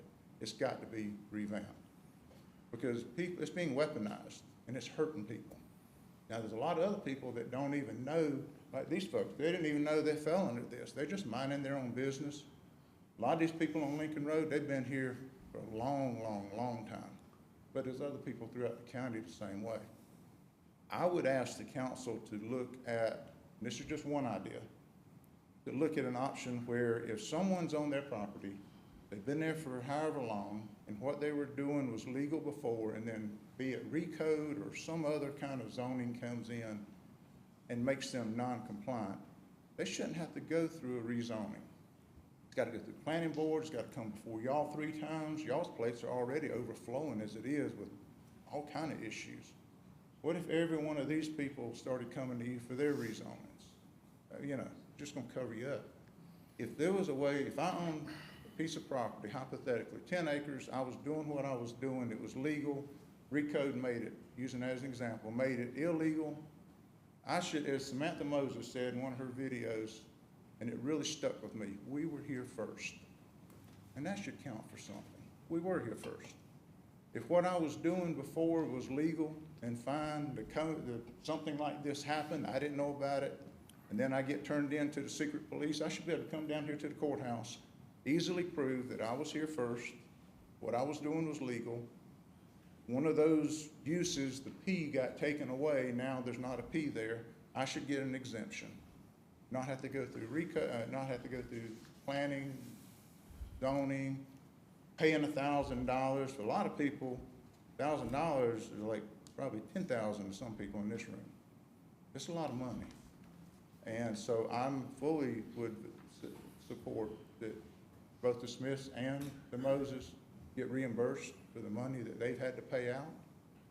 I don't think it's right that they should have paid it. I would think that we need to put some, take something, this is gonna be an ongoing issue. Do something that takes it, you guys are so busy now, it removes you from having to go through all of this over and over, and just let it be an exemption that, yep, that's a dead set, true exemption, here you go. And it stays with the property, so that if it's passed to the kids and they're gonna continue that farm, fine. Now, if the property's sold to someone outside of the family, then it just goes back to whatever the zoning was, the exemption goes away. But something to give folks some relief instead of feeling like they have to fight just to keep their rights. It's just wrong. And so I would just ask the council to look at an easy way for people to get their rights back, easier than what it is now, and to look at this weaponized code enforcement. I mean, those folks are just doing their job. I'm not making them, I'm not being ugly to them, but the way it's being weaponized is just so wrong. And I think we can do much better than that. And that's why I came here tonight. Thank you. Thank you, sir. Anyone else? Move to close. We have a Second. motion and a second to close public hearing. Any other discussion? All those in favor say aye. Aye. Any opposed? Hearing none, public hearing is closed. Do we have a new motion? Make a motion to approve. Second. Motion and a second. Any discussion? Yeah, lots. Oh, yeah. So both of these families are in, obviously in District 2, and I've known them for quite some time. I bought my starter seeds, and I'm not gonna say how they maybe turned out, but I bought my starter seeds from Sam and met her a few years back. I know the Smiths donate to Avery's Horse Fund as often as I can, and she's probably one of the smartest young ladies in the district. I say that, but I love you, Avery. I always seek you out, you know that. And it is very unfortunate that someone reported them, and they said very ugly things about them and about me, and that's just not how we want to do things in York County as a whole. That's not how we want to treat our neighbors and our friends. And agriculture is very important to everybody sitting up here. I can promise y'all this. There's not a person sitting up here that doesn't support agriculture and farms. And I mean, we got one of our own down here. My grandparents were dairy farmers, and so it's just a common thread here.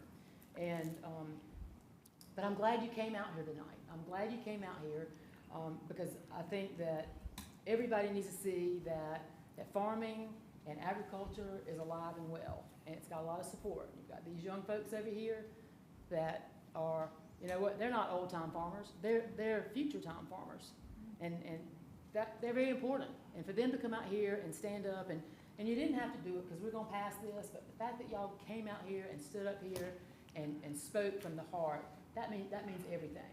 So you're probably gonna be very successful, and your heart's in it. And when your heart's in something, you know what, you feel defensive, and you feel threatened, and you feel scared when the county shows up and says, you got 14 days to get rid of your chickens. So I want to clarify a couple things for you. One is this was not the result of RECODE. This is the result of a patch of properties that were zoned residential single family 40, which is a smaller zoning than what your land actually is. And on smaller properties, you can do less. And that's why when you look at some of the developments that are coming along now, we decided a few years ago that, hey, we're gonna let everybody have chickens. And this not everybody on this council, but majority of people up here, we voted for that because we realized that even somebody that's got a 1 acre parcel, they need to be able to have chickens too. And so we did the right thing there, but when you look at a map like this, you might see these things, but you don't try to go out and fix it all because York County's reactive. So, and what York County reacts to, unfortunately, might be an anonymous complaint. I don't know if the complaint was totally anonymous or if it's anonymous to us. And so that's one thing that I had planned to talk about in our a future little time that we have tonight. And that is, I don't believe that anybody should be able to make an anonymous complaint. Maybe just the county knows, maybe just the planning director knows, but somebody has to know who did that. Because if I mean, can you imagine? You just get mad and you file a complaint? That is not right. And shouldn't, that's not right in county government or anywhere, in my opinion. You just don't give that person, the floor. So in this case, you know, as you look at these properties around this, we know now that these properties are all probably in need of a rezoning.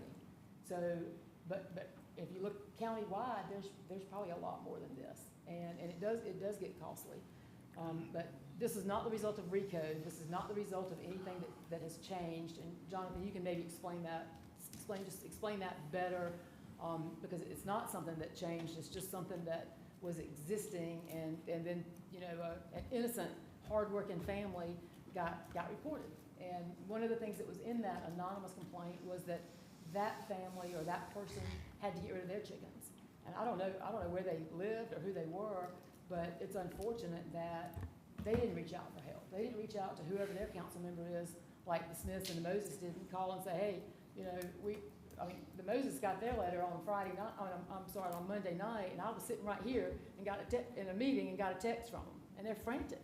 I mean, that's just, that shouldn't happen to anybody over anything. But Jonathan, if you just maybe kind of just, you know, correct anything that I've said that's not accurate, but I just want them to understand that it's not, we're very attentive to the things that we change and the repercussions of those things. So I want to clarify that it's not a zoning change, something that we change that needs to be changed back. That's right. So we'll go back a couple slides to what I have up here. So the zoning district used to be titled RC1, is now titled RSF 40. You can see there is no P in either the old version of the code or the current version of the code for animals keeping or raising, which is the violation of the property. In essence, just too many chickens.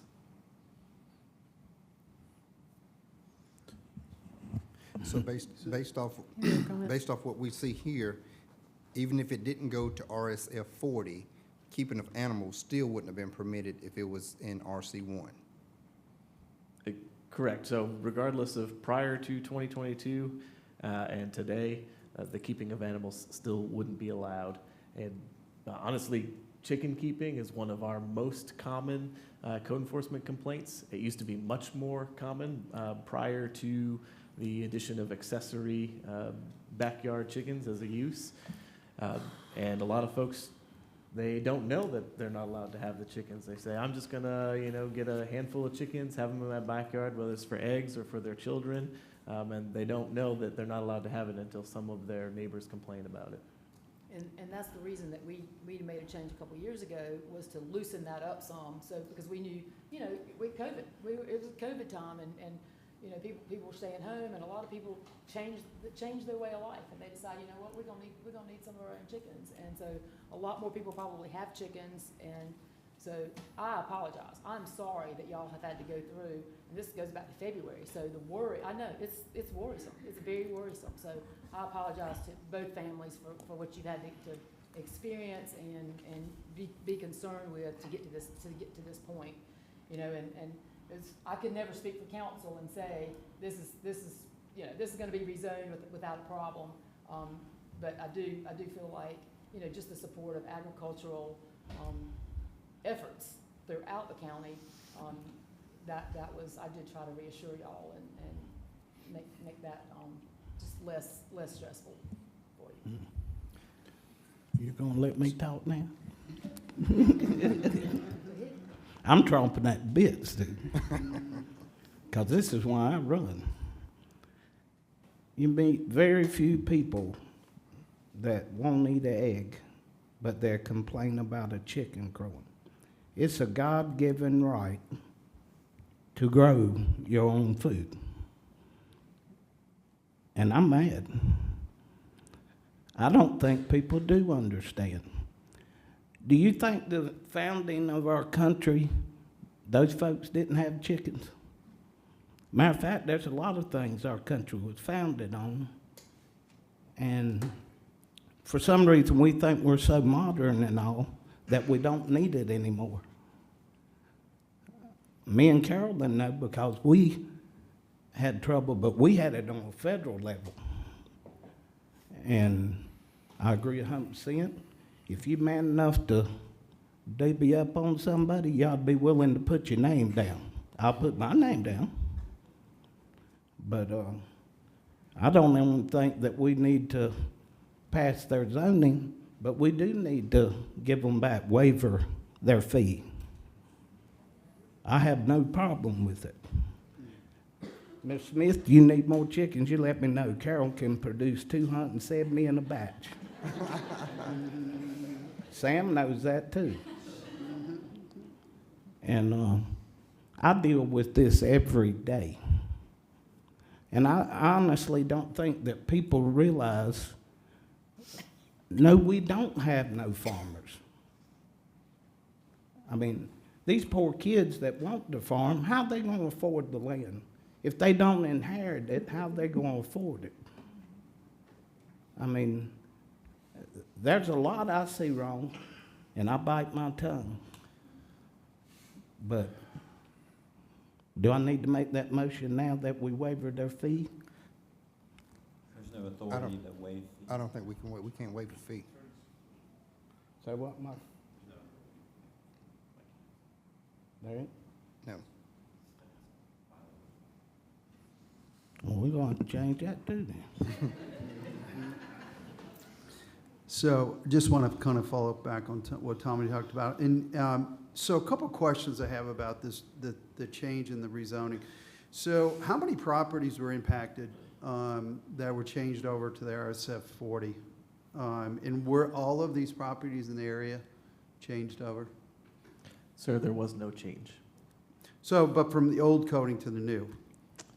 So the title of the district, the name of the district was changed from RC1 to RSF 40. No properties were rezoned with that name change. It didn't change what was allowed.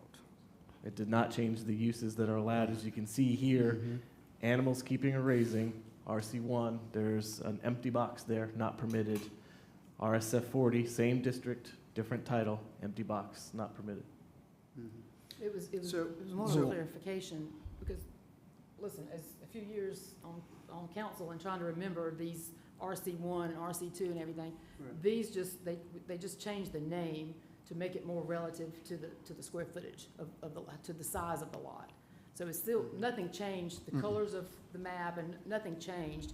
This is just like an area though where the properties, and I don't know how far back it goes, but it probably goes back a very long way. They probably were RC1 for many, many years. This is the original zoning of the property. Original zoning. So I'd recommend that we do bring this back to planning, and what I would recommend in this situation, because I think most of these lots are what, 3 acres, 3.5 acres, roughly? More? Okay.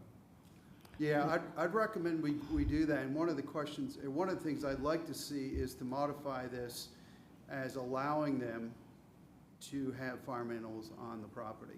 If we're looking at something like this, and we've got somebody in here that is consistently, and been consistent across the board, I think we need to look hard at these size properties here and to look to modify to allow them. So we don't have anybody else coming along and reporting these people and having them come in, spend their money to fight this when they have been on these properties for years and are simply doing this to support their families.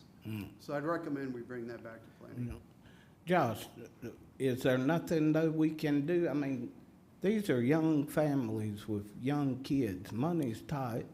And we costing them money, or, well, I ain't, but it's costing them money that they don't need to be spending over something this stupid. Yeah, well, first of all, Tommy, I want to make sure we do bring this back to planning and have this open-ended discussion on this coding here, because I want to see change, because other people in these codes are going to be sitting in here in the same situation again, and we need to be here to protect them.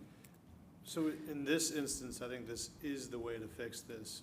I think, you know, I'd kick it to staff and the planning director to answer the fact of, Yeah. you know, what's the more global view of this? What's the potential text amendment to look at? But I think I'd ask you, what are you sending back to the planning commission? And, you know, I don't know if Jonathan has any ideas there, but I think that's where we need more direction. Yeah, and we But in could- terms of fixing, I think, you know, yes, there's not a way to recompensate for the fee, but I think No. this was the way that staff recommended we fix it in this situation. Right. About the, you know, how somebody, you know, files a complaint, obviously that's something we can look at as well. You know, I'm happy to look at that policy, but in terms of this actual instance, I think this is the best path forward. Jonathan? Well, I think in this it is, but I'm talking about future. I'm talking about moving forward in this situation. So we have people that are zoned or that are marked with this, with the amount of property they have, we need to allow them to have animals on their property. So you're saying we took their money, but we ain't got no way to give it back to them? That was what the attorney just shared. That's bound to be a way. That's If you right. take it, you can give it back.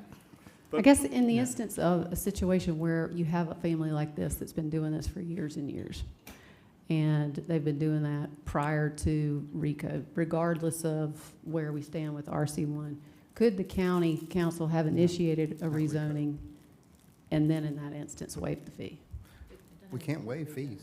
We If can't it wa- was council, my question is, if council initiated the rezoning, Which we didn't. would they have to pay the fee? I think globally, if you're looking at that, that's what I'm referring to, is globally, you could ask us to look at this, and I know Jonathan's ready to jump in here, but I think that's what you need to send back to the planning commission is what do you want them to look at? I think in this instance, this is the quickest fix, but globally, Clearly- Jonathan, what would be your recommendation? Well, clearly, the only issue in front of us now is to rezone it, Mhm. and that's what we got to do. And this was not council, we have been through this before with legal, where they have told us that we are not allowed to reimburse someone for any fees, that basically it's illegal for us to do that because it's allowed by right. Just because, I mean, I think it's abundantly clear that this council is going to pass this unanimously. We agree that this needs to be rezoned, the RUD. I don't mean to speak for anybody, but I am trying to make sure that we move our agenda forward. Do I have council commitment that we want to take a look at? Number one, how many of these properties are RSF 40 that exist? I mean, I think it might be important to take a look at them and see where they fall in the county, and how do we address where the rest of these may have similar situations, such that we need to create a text amendment to RSF 40.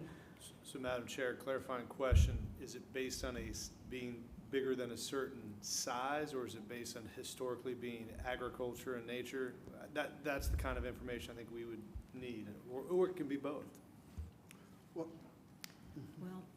I'll tell you what. planning and zoning, take a look at it. I think that's the broader question. We're Right. asking planning and zoning to take a look at it.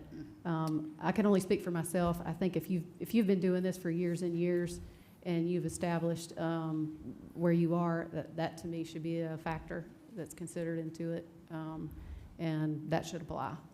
I don't know how other council members, I mean, y'all chime in on that one issue when we're looking to research it. I think that whether you've been doing it years or not, but, I mean, go get you a tiller and plant you a garden if it's a whim that you want to try or what, but it's a God-given right to grow your own food. Well, And I I don't think- care how fancy your neighborhood or nothing else. Everybody eats. Right, but I think at this, discussion, I think we would agree on, we can send this back to planning to have them look at. Well, I don't know that we Oh, send it we'll back to send it back, staff. I think we're asking management to take a look with staff, take a look at the issues that we've talked about here tonight. You hear council's support for this. I mean, if you live on these parcels and you're doing this kind of work, we support folks being able to do this type. And so we want you to take a look at how big the problem is, and take a look at how other counties are doing reporting. Is it anonymous? I've always had trouble with, there are folks that have standing. How can somebody who lives all the way across the county trying to use it as a way to compete with people too? I would like to know what the other options are as to how we go about looking at what complaints we're going to look into and can they be anonymous. So I think those are the two issues we're asking management to take a look at and bring back some information to council. We can do that. Can we get the chart put back on the screen? I don't know if, so, about 15 minutes ago, I think I heard several people talking about allowing animals in the RSF 40, or they weren't allowed in the RC1. In order to allow animals in any zoning, we have to pick one of the zoning that's already permitted. We just can't throw a P into RSF 40 and say it's fine. So we're gonna have to look at one of the other zonings, the RUD1, the RUD, the AGC1, AGC, to rezone those properties for that. We just can't put the P there and say, hey, it's fine now.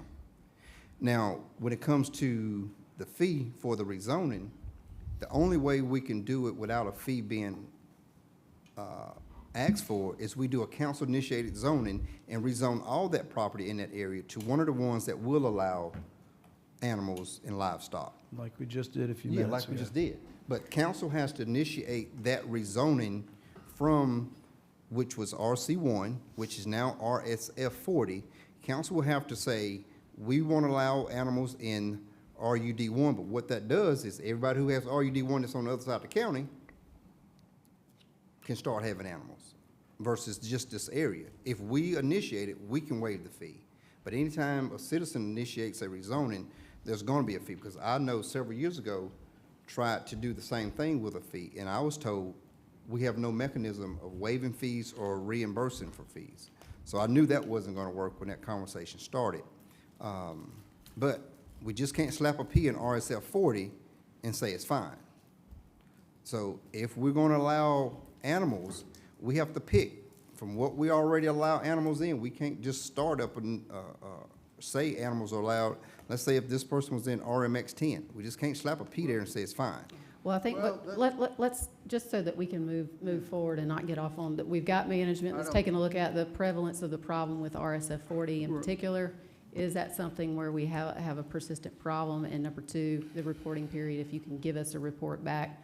I think this whole council is fully supportive of this, and I hope that folks out here understand that we're all supportive of agriculture in these communities. Can we, I'm gonna call for the question now. Yeah. All those in favor say aye. Aye. Any opposed?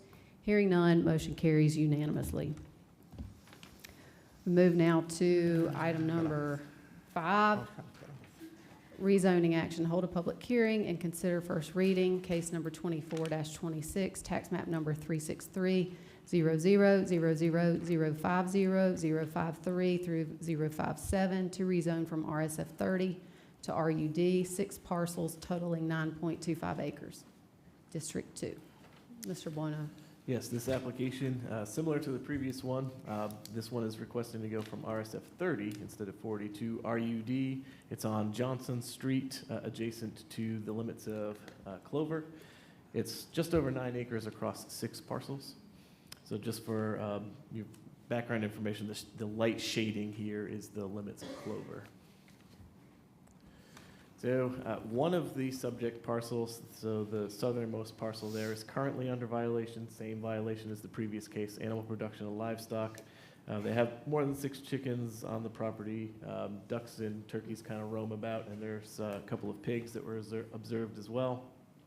So rezoning to RUD would resolve this violation and would allow the applicants to keep the animals presently on at violation site or across any of the other application properties. So similar chart here is just showing that RC2, empty box, not permitted previously, RSF 30, not permitted today either. This one is a little different in that it is adjacent to the limits of Clover. So this is the Clover zoning map. So you can see it's surrounded by highway commercial, industrial, and high-density residential for the colors that are depicted there in the Clover zoning. And that informs part of our analysis looking at the land use recommendation on our comprehensive plan, where it says we are to support rezonings that are consistent with adopted municipal plans and the scale and density of existing adjacent land uses. So as much as we would have liked to recommend approval for this one, the circumstances are a little bit different than the previous case. It is inconsistent with the comp plan goals and the future land use map. The future land use map there, you can see in the light yellow color, recommends single-family residential. It's inconsistent with the Clover zoning and their plan for residential in the area. And the proposed RUD district is not compatible with the character of the surrounding area. It's 1 block from Main Street. There are small lot residences nearby, as well as commercial and industrial businesses. However, by 6-0 vote, Planning Commission went the other way, and they recommend approval. I do have a couple of questions. Mr. Roddy? Yeah, I think I want to go first this time, because last time I didn't get all my wording out. Just kidding. So are they in violation because of the number of animals they're keeping, or just because they have animals? So they're in violation because of the number of chickens and the presence of the other animals. So turkeys, ducks, and pigs. Potbelly pigs are allowed, but others are not, and the turkeys and ducks as well. So by rezoning, will they now be in compliance? Yes, sir. Okay. Because they're going under RUD 1. RUD. RUD. Gotcha, I see it here. All right. Same as the last one. I have a question. In this particular case, it looks to me like, was this property UD? So over the course of two different rezoning cases, so all of this property used to be in the UD district. So it's kind of that, if you look at the zoning map on the left, that darker gray color, those are county parcels that are UD today. So the southernmost parcel was rezoned first by itself to RSF 30, and the other parcels in the UD rezoning project, where folks were invited to come talk to planning staff, decide which zoning district they wanted to pursue, because council removed residential uses from the UD district. So in order to allow property owners that had residential property to be conforming, we had a project, went district by district, to allow folks the opportunity to choose a new zoning district.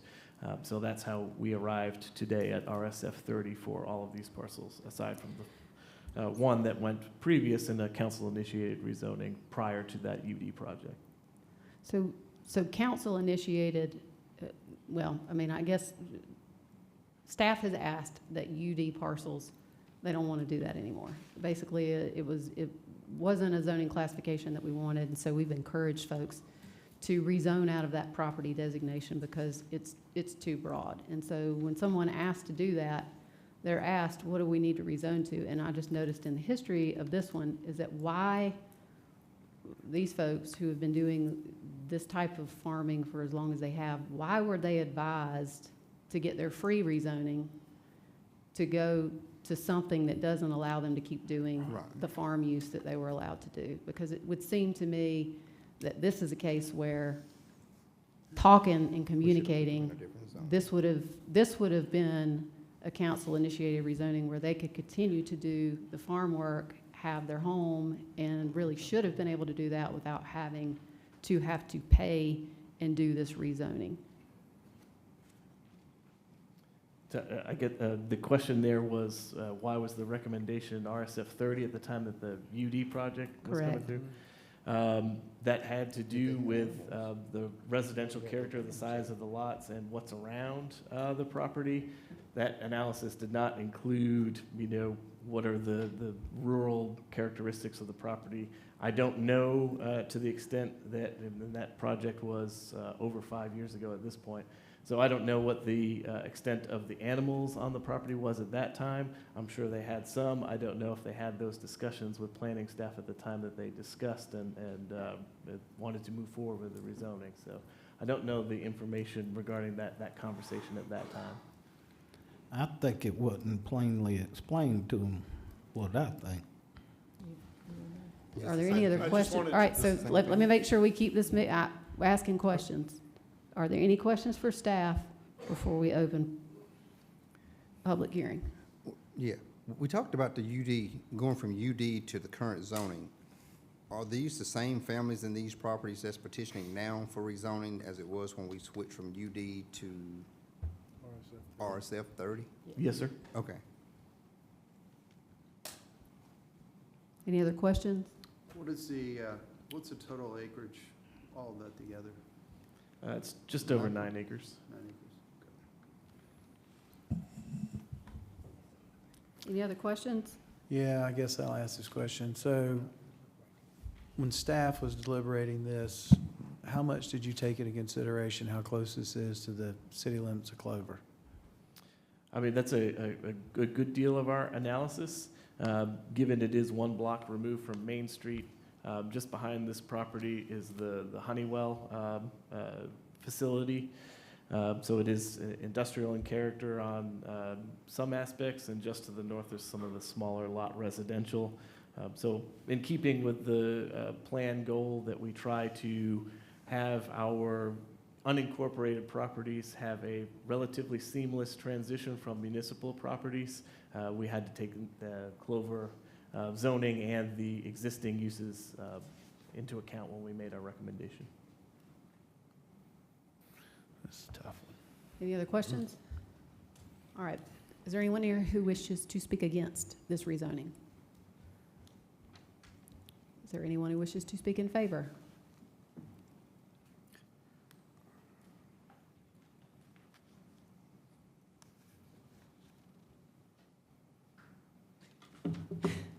My knees are shaking. Okay, so I feel like because of the denial and the If you'll just, I'm pictures- sorry, I hate to interrupt you. Will you just please just state your name and give your address? My name is Samantha Moses. My address is 1055 Johnson Street. Thank you, ma'am. Okay, We're not going to bite, I promise. I know. Listen, I don't talk in front of people, okay? Sorry. But because it does You're not doing look great. nice on paper, I feel like I need to say something. And because I've never felt like I needed to defend myself against somebody that I didn't even know. And I did nothing to this person. So our family has lived on Johnson Street since the 1960s. Hall Wesley Moses grew and sold tomatoes with a little table and a little scale. Homer Moses, Daniel Moses, raised beef cows and had 2 random bison. Roxanne Moses raised horses. And then I came along in 2005 with a little orphan bottled baby goat. And it was all from there. So since 2005, we, my husband and I have raised animals since the 1960s. Before zoning was even established in York County, we've always raised livestock. And that whole side of the road, along with the other side of the road, belongs to our family and is all family, or is like family. And will eventually belong to our family. And all I ask is that we are able to rezone and that y'all honor the lifelong generational commitment we have put into this so that we can, in turn, pass this on to our own children. Thank you. Thank you, ma'am. Is there anyone else who wishes to speak in favor?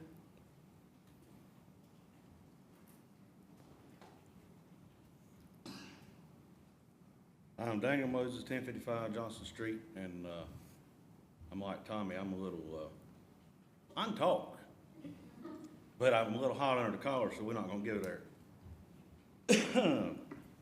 Mimic everything Mr. Smith said, save a lot of time by doing that. Because what he said was just jam up, apply dust.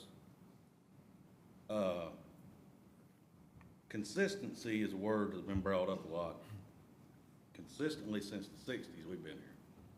Been doing this since then. Family's been here since the 1860s, consistently doing same stuff. Just let us keep doing what we're doing. That's all we ask. And The anonymous complaint, there's been a lot of stuff talked about that, but ain't nobody said it, I'm gonna say it. It's a damn coward, who it is. Got no idea who it is, but whoever they are, they're a coward. Thank you.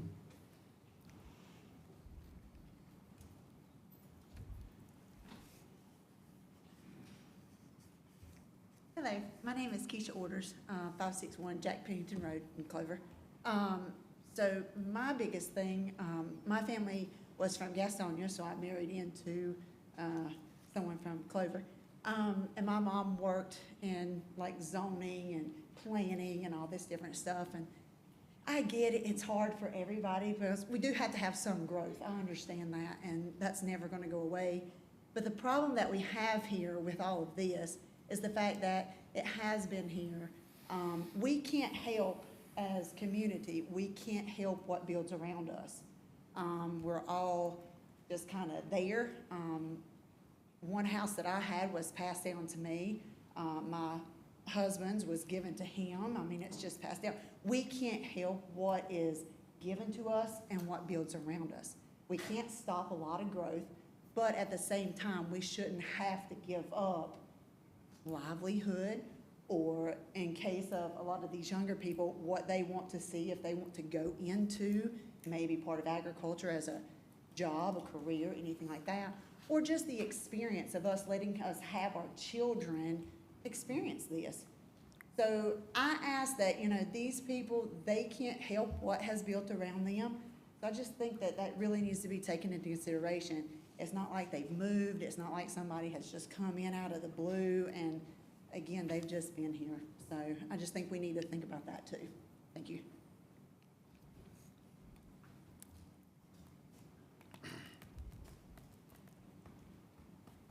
My name's Tony Pennell. I live at 1920 Crystal Ridge Drive. And I was sitting there listening to that stuff, and I think I'd be a hypocrite if I didn't get up and speak for these folks too. The folks is got their animals in pens. It ain't like they running up and down the street. Several months ago, I had a cat show up at my house, had kittens. I don't want the cats. I called the pound. Their word was they free roaming animals and we don't pick up cats. So I still got 3 cats. I can't kick them to the curb. That wouldn't be right. I'll take them to the pound. You know what's gonna happen? They gonna kill them if nobody picks them up. So these folks are living off their land, their animals.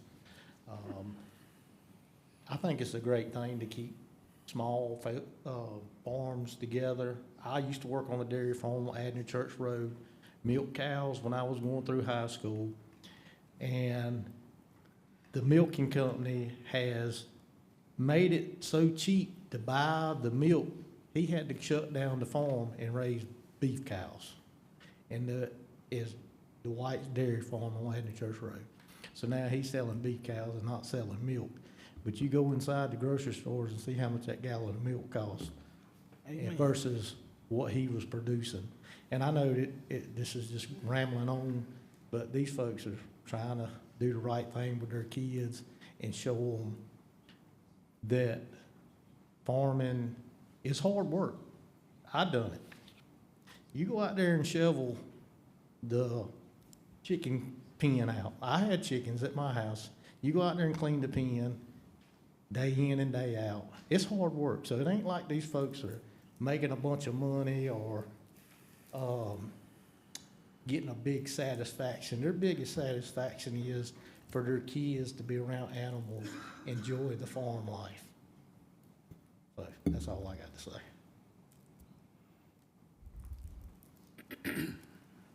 Anyone else?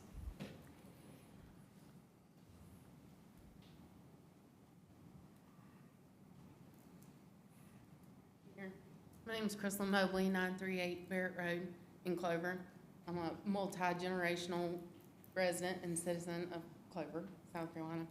I've known Daniel and Samantha for many years, and I just want to read the email that I sent earlier.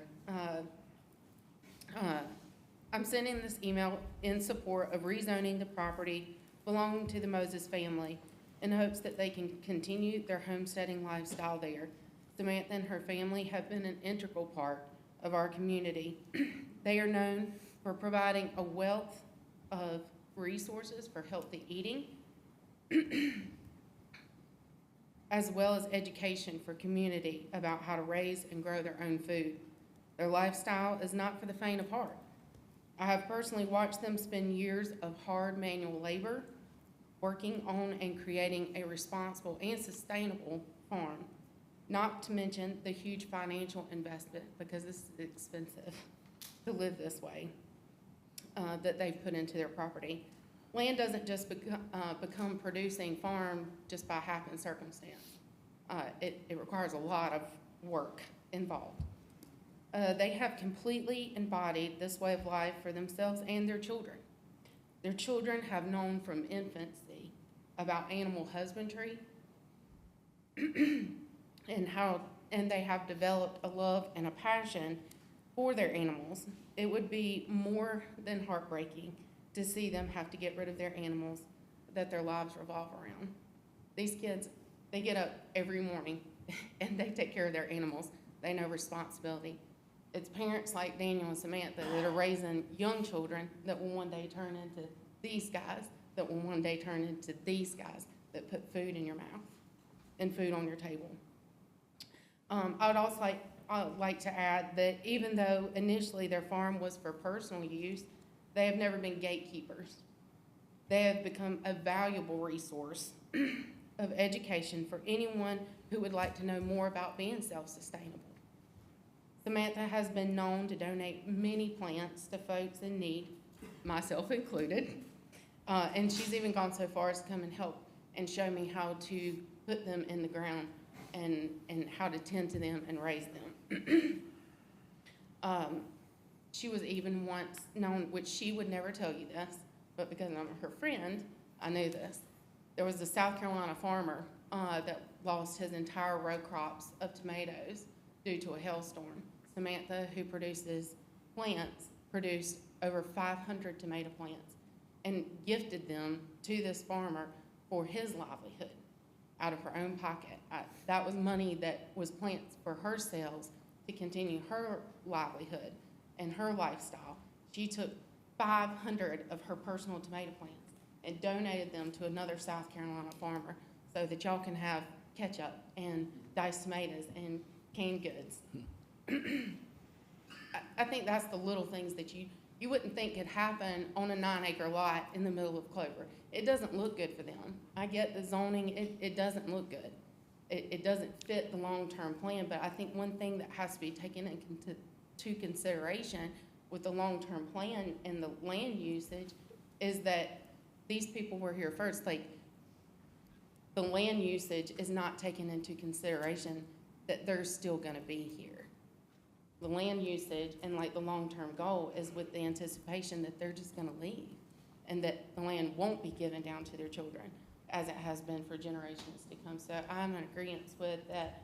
There's gotta be some sort of grandfathering or exemptions and things like that when the urban sprawl comes into what used to be agriculture area. Also, I would love to see there to be more accommodations for the urban farmer, just like those that want to do very small scale just to provide for just their families alone. In closing, the rezoning of this property has a far-reaching impact, positive impact, not only on their family, but on our local community and our whole state. Please be very thoughtful and consider all these things when making your decision. Thank you. Ma'am. Is there anyone else?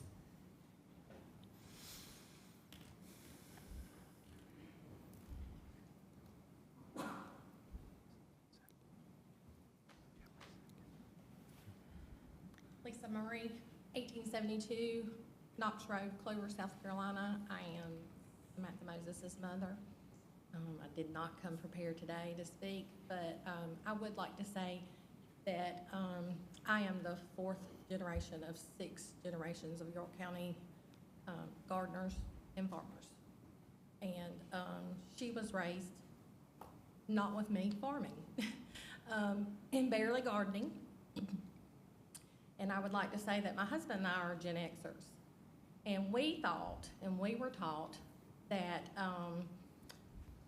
we were supposed to go out and make our living and provide more for our children than what we had. And I grew up with a farming daddy, and we eat from canned goods that my mother canned. And we worked in my father's fields. But we still grew up thinking that we had to provide better for our children somehow. And I'd like to say that I'm a cancer survivor. I have lymphoma. It is a rare lymphoma. And I'm 5 years in remission. And I would like to say that I wish I had known that when you go to your grocery store the next time that you go, I implore you to look on the back of your canned foods, on the back of your frozen foods, and they will now say bioengineered food. Everything that you buy, 99% of what you buy is a bioengineered food. I know you all have heard of meat is going to start being printed. You're going to start having bugs in your food that you feed your children and your grandchildren. And I know from my standpoint of having lymphoma that it is from my surroundings. That is what gave me cancer, is my surroundings, my water, my soil, the things that I eat, that I put in my body. And I would like for all of you to know that I've watched my baby that I thought I was raising to do better and have better. I watched her break her back on that farm to raise my grandchildren have better and to do better.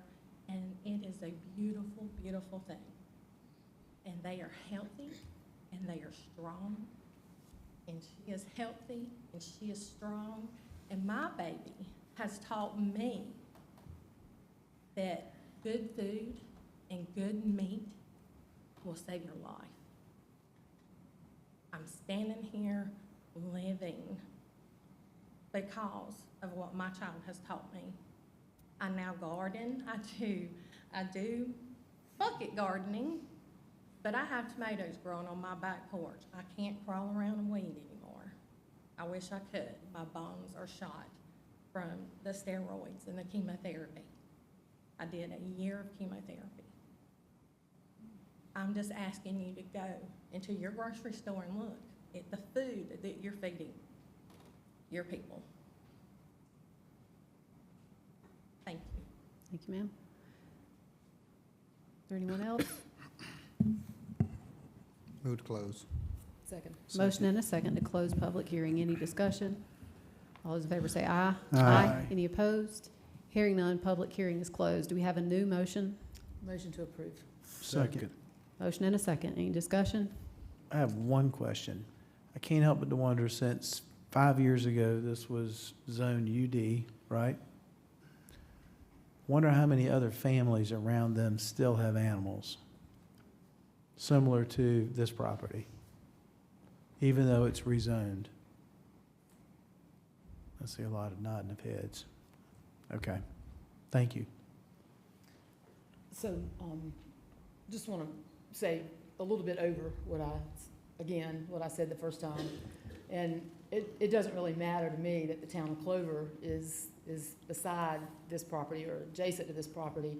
I think it'd be great if one day, if Clover decides to annex, that we have a little farm in the middle of Clover. So I think that's an asset. I think anywhere we can have a little slice of this is a good thing. I know how hard they work. And I want to just say again that I fully support this, Sam. I know how hard you've worked and how hard you've worried about this. I mean, how much you've worried about this. And what's wrong with America today is that people don't stand up. What's right with America is that people do. And I believe with all my heart that the last person standing will be a farmer. Mr. Roddy? I just want to say, to Ms. Moses that was kind of nervous on her speaking part. The best thing that you did was tell your story. You know, it's a thankless job if we just think we can just come up here and not look at whether it's family tradition, family history, or what goes into owning a piece of property.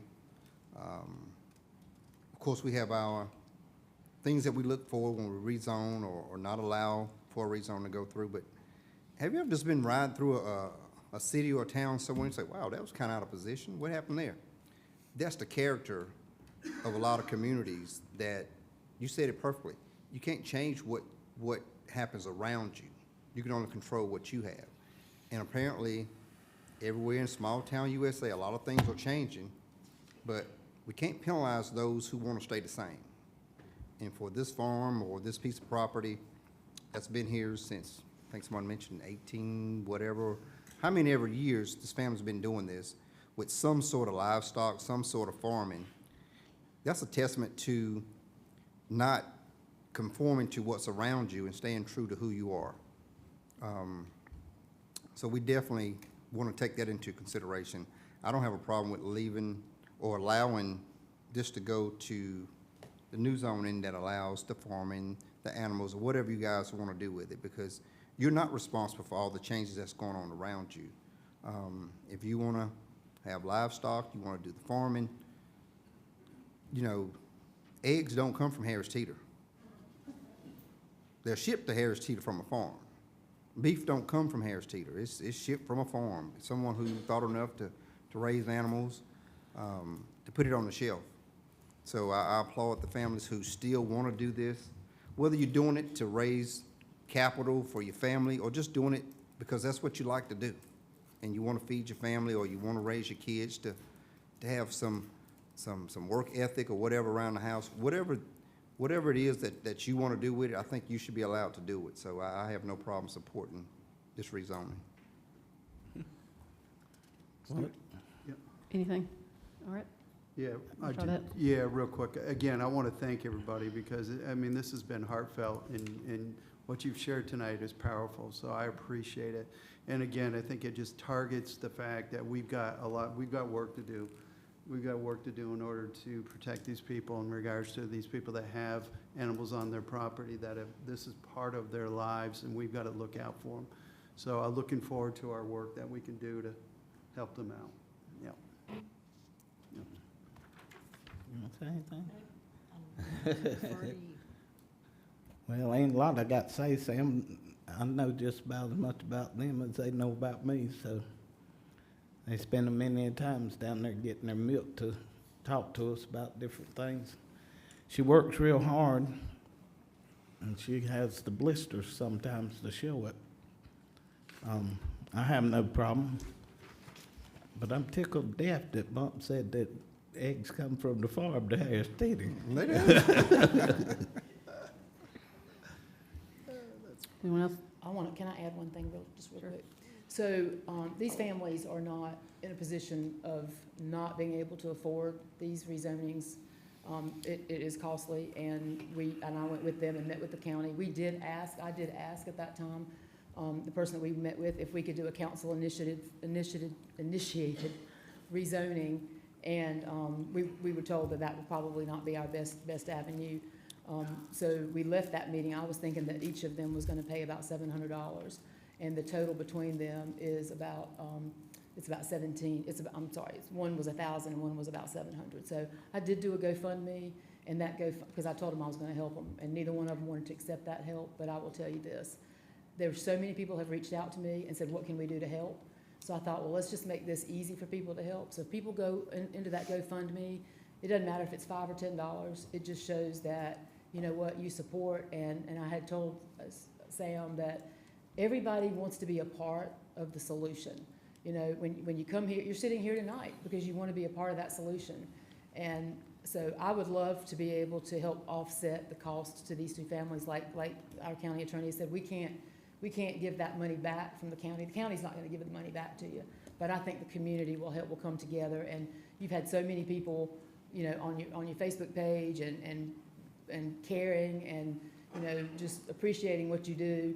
you know, that $1,000 for y'all, that wipes out a lot of what you made and worked so hard for back in the spring. I watched you, I know. And so, if anybody would like to go to that GoFundMe, it's on my page, and I'd love for Sam, I'd love for you to share it, because people do want to help you, and for the Smiths family too. People want to be a part, and you know, the coming together of people is a very important part of every community. So I would just ask that everybody put a little toward that, and let's see if we can dig them out of this hole and start fresh.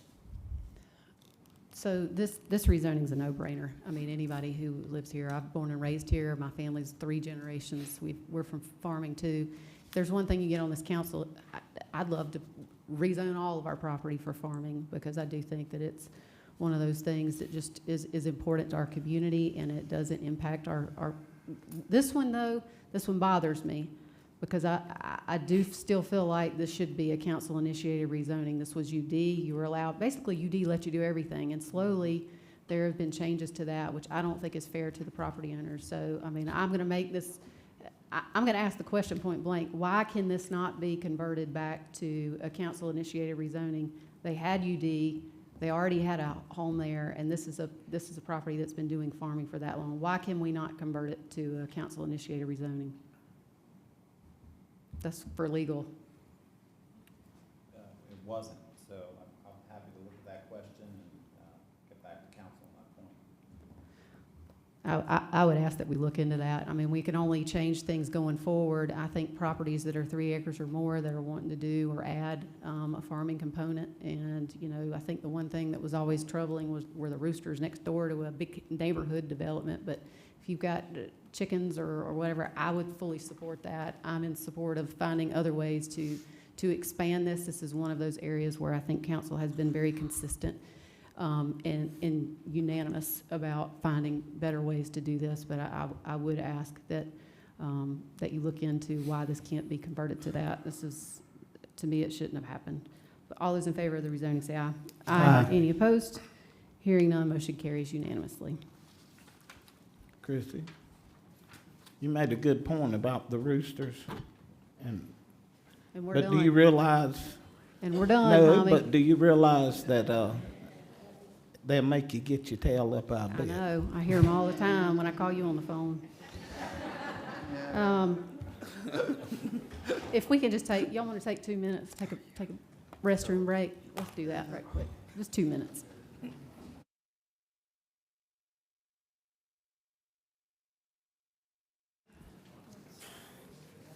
Okay, we're going to move now to old business. Item number 1, council to consider second reading of an ordinance to amend Chapter 155 zoning code to modify separation requirements for certain uses in the Lake Wiley zoning overlay, to provide for a public hearing and provide for other matters relating thereto. We have a motion.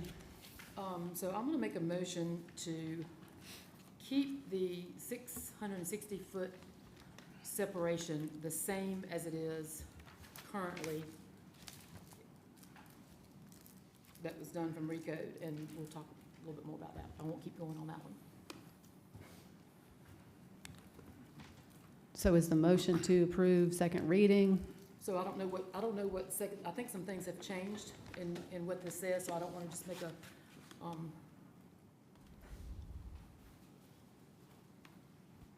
so let me just maybe reiterate what my motion is. So what I would like to see us do, this is my motion, is keep the 660-foot separation between the 4 of the 5 business uses. I would like to remove the drive-through windows from what's currently in the code, but keep it so that it's not just car wash to car wash, but that it's those 4 uses, the remaining 4 uses to the remaining 4 uses. This leaves all but one of the neighborhoods in Lake Wiley protected.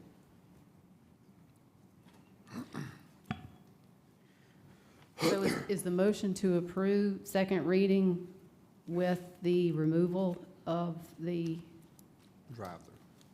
drive-through? Well, I don't know what second reading, I don't know if second reading changed from what's currently in the code. Jonathan, did second reading, does it change from what, I don't know what we approved at first reading. Yeah, so the first reading motion that was approved was to go with the Planning Commission recommendation. And so that accomplishes 3 changes departing from the current code. So that the first is a clerical change to modify the first use to the defined term in the code, which is vehicle service, repair, and customization. All the other items are already encapsulated in that one term. The second change would be to apply the separation requirement only to the location of new uses so that it wouldn't affect the existing businesses and make them non-conforming. And the third change would be to waive the separation requirement if the new use is on the same lot, an adjacent lot, or an adjacent lot with a cross-access easement. So just those 3 changes from the current code is the current draft for second reading tonight.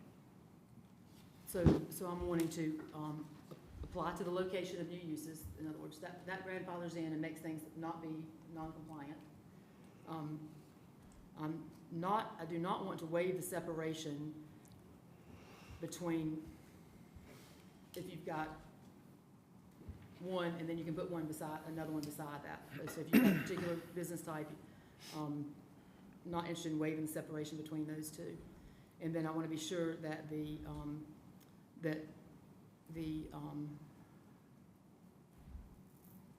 don't know about the modify the vehicle service repair.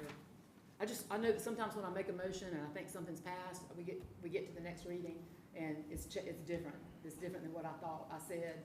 So I'm just trying to be very clear and think exactly what it is that I need to say, because sometimes it's like talking in double negatives sometimes. So basically what I want it to be is 660-foot separation between 4 business types, and if there needs to be a change to the definition of one of those, that's fine.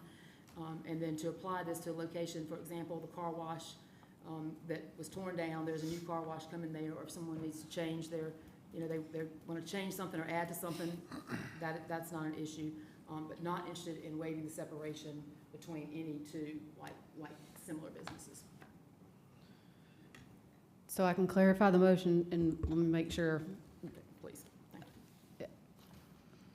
Approve second reading as written, with the exception that condition number 3 that was recommended by the Planning Commission is removed, and eliminate, add the drive-through, eliminate the drive-through as one of the. Is that motion clear enough that staff understands at least the motion? Yes, I think I'll add, just for the sake of the record, I think that the motion is to approve second reading to eliminate paragraph B1D, which is the restaurants or other prepared food establishments with drive-through or drive-in. If you're going to go that far, if you're going to go into those weeds, you probably need to put this on the screen, the motion. Put the actual, can we put on the screen I mean, we're only looking at what you have printed on the agenda. Are you speaking to the attachment? On the that's in agenda, yeah. I don't think the clerk has a way to do that during the meeting at this Is there no way to show that? All right, Jonathan, so repeat that. Yes, ma'am. So the motion on the table is to approve second reading with the following amendments: to eliminate paragraph 155, 198, B1D, which is itemizing restaurants or other prepared food establishments with drive-through or drive-in facilities as one of the separated uses. And then the second amendment would be to eliminate the last sentence of paragraph B2, which states no separation is required if the proposed use is on the same lot or a lot adjacent to a use listed in that section with a cross-access easement. You're saying remove that one, right? Yes, ma'am. Okay. And then what about the new uses? Do we need to say anything? That's already incorporated That's in the incorporated, draft. okay. So staff understands the motion, legal understands the motion. Do we have a second? I'll second. Motion and a second. Any discussion? Well, yeah, Are you done? I got a little discussion. Okay, go ahead. Okay, so, you know, we're not trying to limit commerce, we're not trying to make it hard for anybody to do business in Lake Wiley. But the issue is that because there's been poor planning in the past, we are inundated with certain business models. And it's kind of become like, it's bordering on humorous for some, and that is that, you know, there's so many oil change places, and we don't need any more oil change places. And we don't have a way to say where they go. So you know, if we were gonna sit down with a blank slate and we had done this even, you know, 10 to 15 years ago and said, hey, these are the things that we think we need, and where can they go? That's planning. You know, where do we want these things? We would never have put 6 or 10 of the same uses in one little area. And if somebody, I think Mr. Gossett mentioned shopping centers or something earlier. We're not trying to limit shopping centers. We're not limiting barbershops. We're not limiting nail salons. What we're limiting are freestanding buildings that take up the front parcel on our roadways. And, you know, Mr. Huckabee mentioned one time that let's do things like they did like at Target out on Dave Lyle Boulevard. Well, here's the problem. We've got one acre lots that are facing the road. We don't have big, you know, 40 acre lots that we're talking about. We've got 1 acre lots that line these roads, and some might be a little bigger, but they're basically 1 acre. They're not in depth. You know, Harris Teeter's coming in. We're not looking to limit that. If you were going to build a shopping center, and you think about, just kind of think about, okay, here you've got one shopping center, and you're going to look at the little fine-tuned picture. You're not going to go in there and put 3 nail salons in that one shopping center, because that would impact all of those. What you're going to do is you're going to spread those around, and so if you zoom out of that and you look at Lake Wiley, why would you put so many of a particular business in Lake Wiley? Why would you not think the same as you would if you were putting together a shopping center and have a variety? Variety is the spice of life. So I've done several polls in Lake Wiley, and you know there are a lot of people doing polls these days, but I've done several polls, and 80-something% of the people wanted to keep the 660, and 60% of the 80 wanted to increase it to 1,000 feet. We've got, at this point, we've got one neighborhood that's not protected from backing up to one of these uses. So, you know, it's just a very important thing for the, you know, how we look and how we feel. We don't want to be any town USA, and that's what we've become. You know, the Chamber of Board Chair spoke tonight. Well, what are you attracting here? What are you bringing here? I mean, maybe y'all knew that we're going to have 4 oil change places approved, you know, when nobody was looking during COVID. I mean, how does that happen, and why does that happen, and why do you like the fact that happens? Most of the people don't.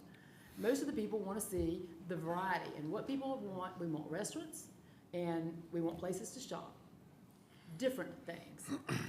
Not the same old, over and over. And it's ridiculous how many we have of some of these businesses. So we're not limiting a business that there might be 2 or 3 of. I mean, we've got maybe 4 liquor stores. We're not looking to limit liquor stores, but they are spread out, and they're not on the front parcels. They're not right there taking up the front parcels that change the way we look and feel. And you know, I didn't let anybody really know that this was even on the agenda tonight, because I felt like, you know, hopefully council's going to listen to Lake Wiley. And you know, in the past, Lake Wiley wasn't heard, and then I got on council, and Lake Wiley became more and more heard. And you know, people are very happy with the fact that council was listening. So we've had you know 6.5 to 7. 6.5. We've had a 6.5-year run of this council listening to the people who live in that Lake Wiley overlay. We put that overlay together because there were things about our area that are different than other areas. And no offense to Fort Mill, but we don't want to become Fort Mill. And we're becoming Fort Mill. And Fort Mill, I remember, you know, Michael Johnson said to me one time, he goes, you know, Fort Mill got great stuff, but y'all aren't getting great stuff. And he's absolutely right about that. So the only way for us to control that and have a little variety, and it might take us a little longer to build everything out because we are a little restrictive in that, but right now there are 2 more car washes proposed.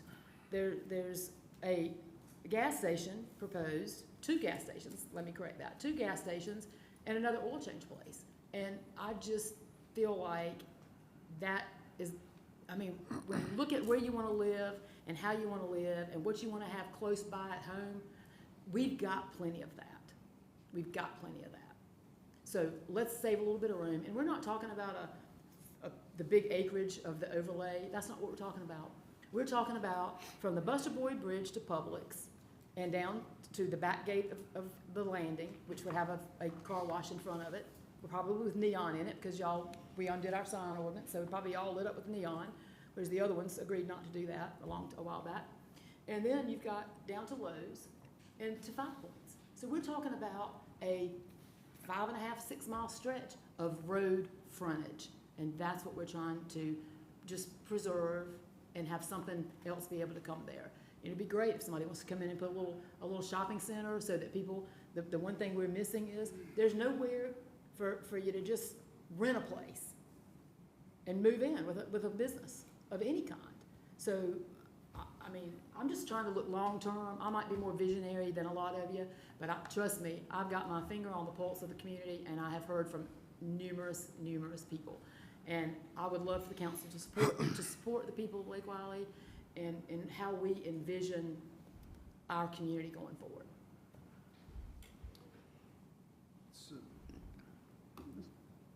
So, well, first of all, I love Fort Mill.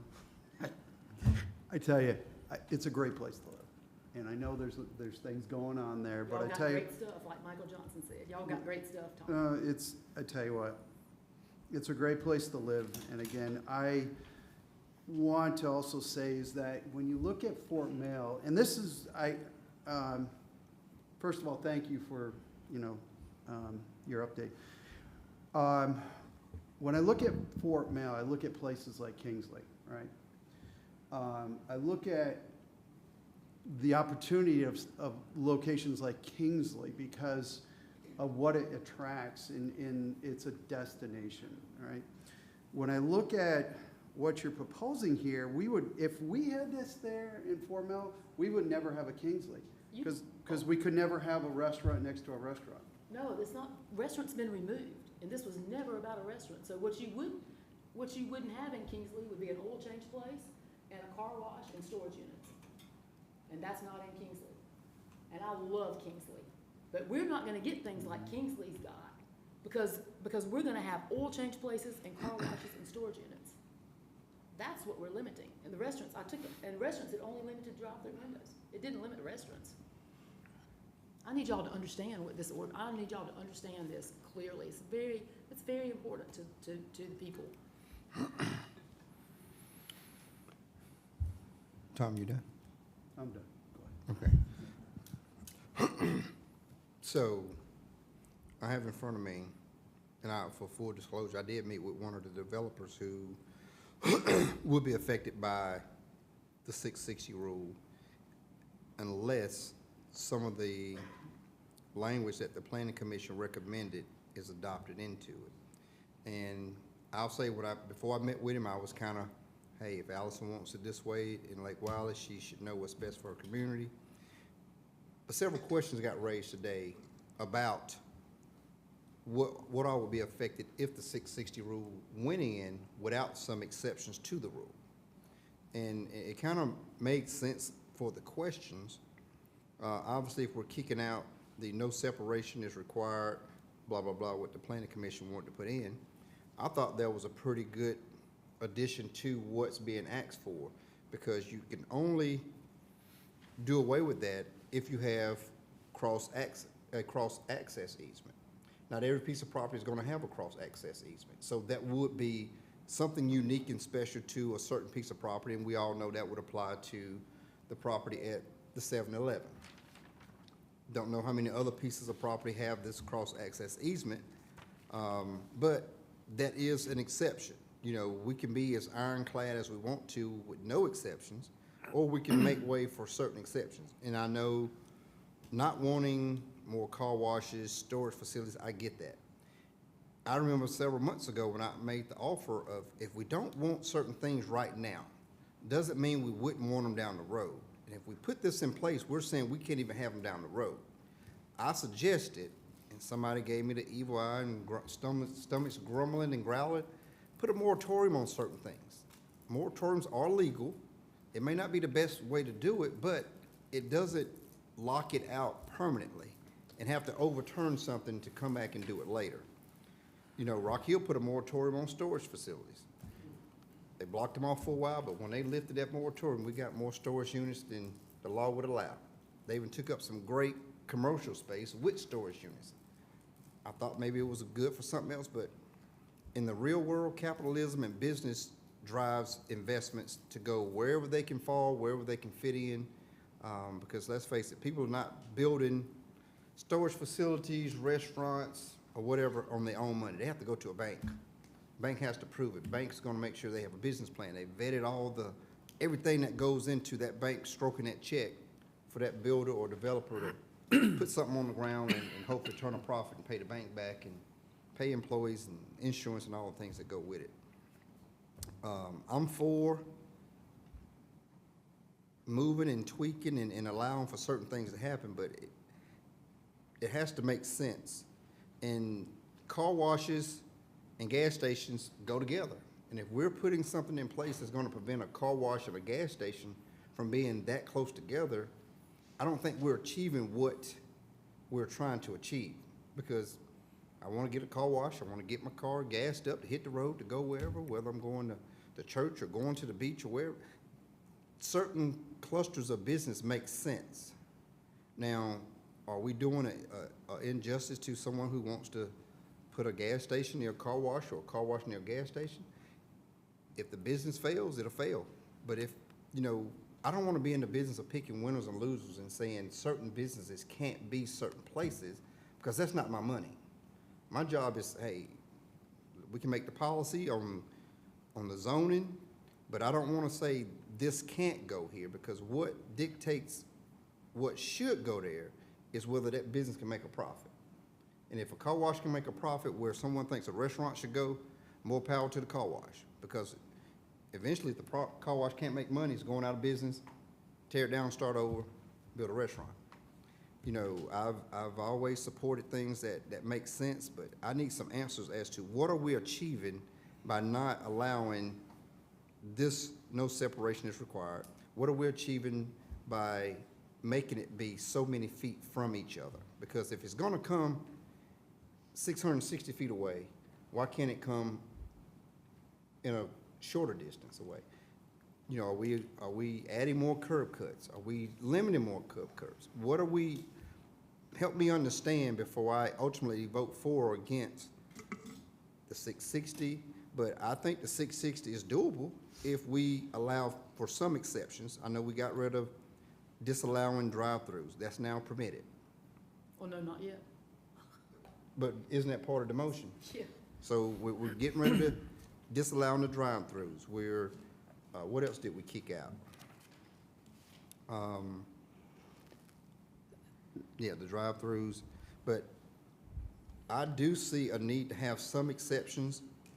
I did kind of like the no separation is required if the proposed use is on the same lot. Now, another question came up. Are businesses going to be able to expand their like services? So if you have okay, so that's, okay, I like that part. So let me say, can I just Yeah. go back and just say one thing? Okay. So if we were talking about a 20-mile stretch, it would be very different. But we're not. We're talking about two crossroads that equate to about 5.5 miles. So even if you lump them together, you're gonna have a car wash and a gas station here.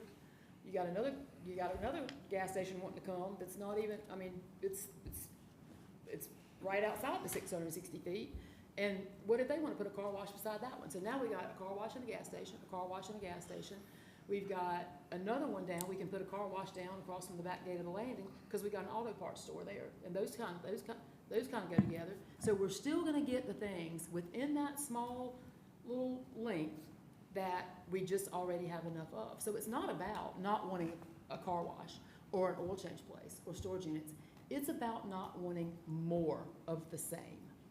Because we have an overabundance. If we didn't have any, and we were sitting here making a plan, and you know, we had little dots, and we were gonna color in how many of each thing we wanted, we would never put down that we wanted like 6 6 or 7 car washes within, we just wouldn't do that.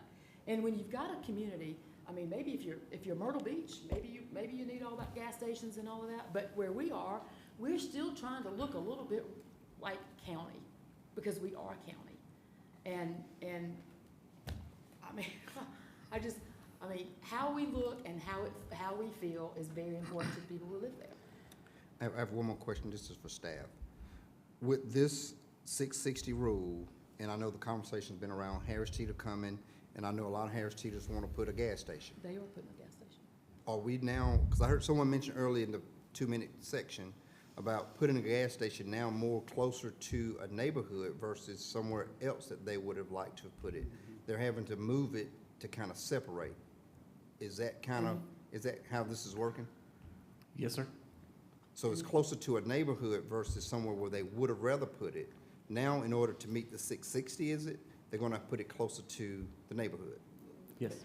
Josh Just and I what- we met with that neighborhood, Okay. and they are okay with that. There's actually another parcel between them and the neighborhood that is not actually even for sale yet, and that's slated probably to be office, like an office, doctor's office type thing. So those adjacent neighbors are okay with where this is.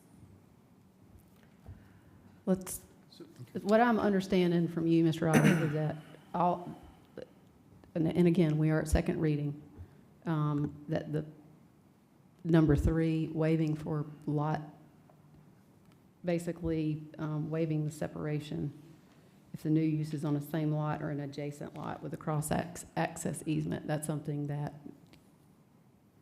you would prefer to have back into the ordinance for second reading. Yeah, I like that. I think it gives some options to something that's kind of still somewhat controversial. I think this would open up some more possibilities, even in a restrictive area. Jonathan, let me ask this question. If that were incorporated back in, would that allow for the gas station to go to a different place other than right next to the neighborhood? Not for the Harris Teeter site that I believe you're discussing, because the influencing use that's on this list is on the other side of the street that's forcing the separation. So they can't have a cross-access easement crossing the road. How would that be fixed then? I thought you just told Mr. Roddy that would fix the Harris Teeter issue. That's not the question that I heard from Mr. Roddy. I heard that it was affecting the location. The location because of the 660. Yes. And they are putting it in a place they'd rather not have it, but it works. But they'd rather have it somewhere else, but they can't have it there because the 660 is forcing them to move it to another location on their property. Okay. Do you have any other, let's make sure we go through whoever wants to comment. Anything else, Mr. Roddy? No. Anyone else? Can I make one quick comment before I Okay. apologize? I meant to say something here in regards, and Allison, I'm glad to hear about the restaurants and the drive-through in your comments there. But the question I guess I have, and it would be back to Jonathan, is that does this design of 660, does this cause sprawl when it comes to businesses?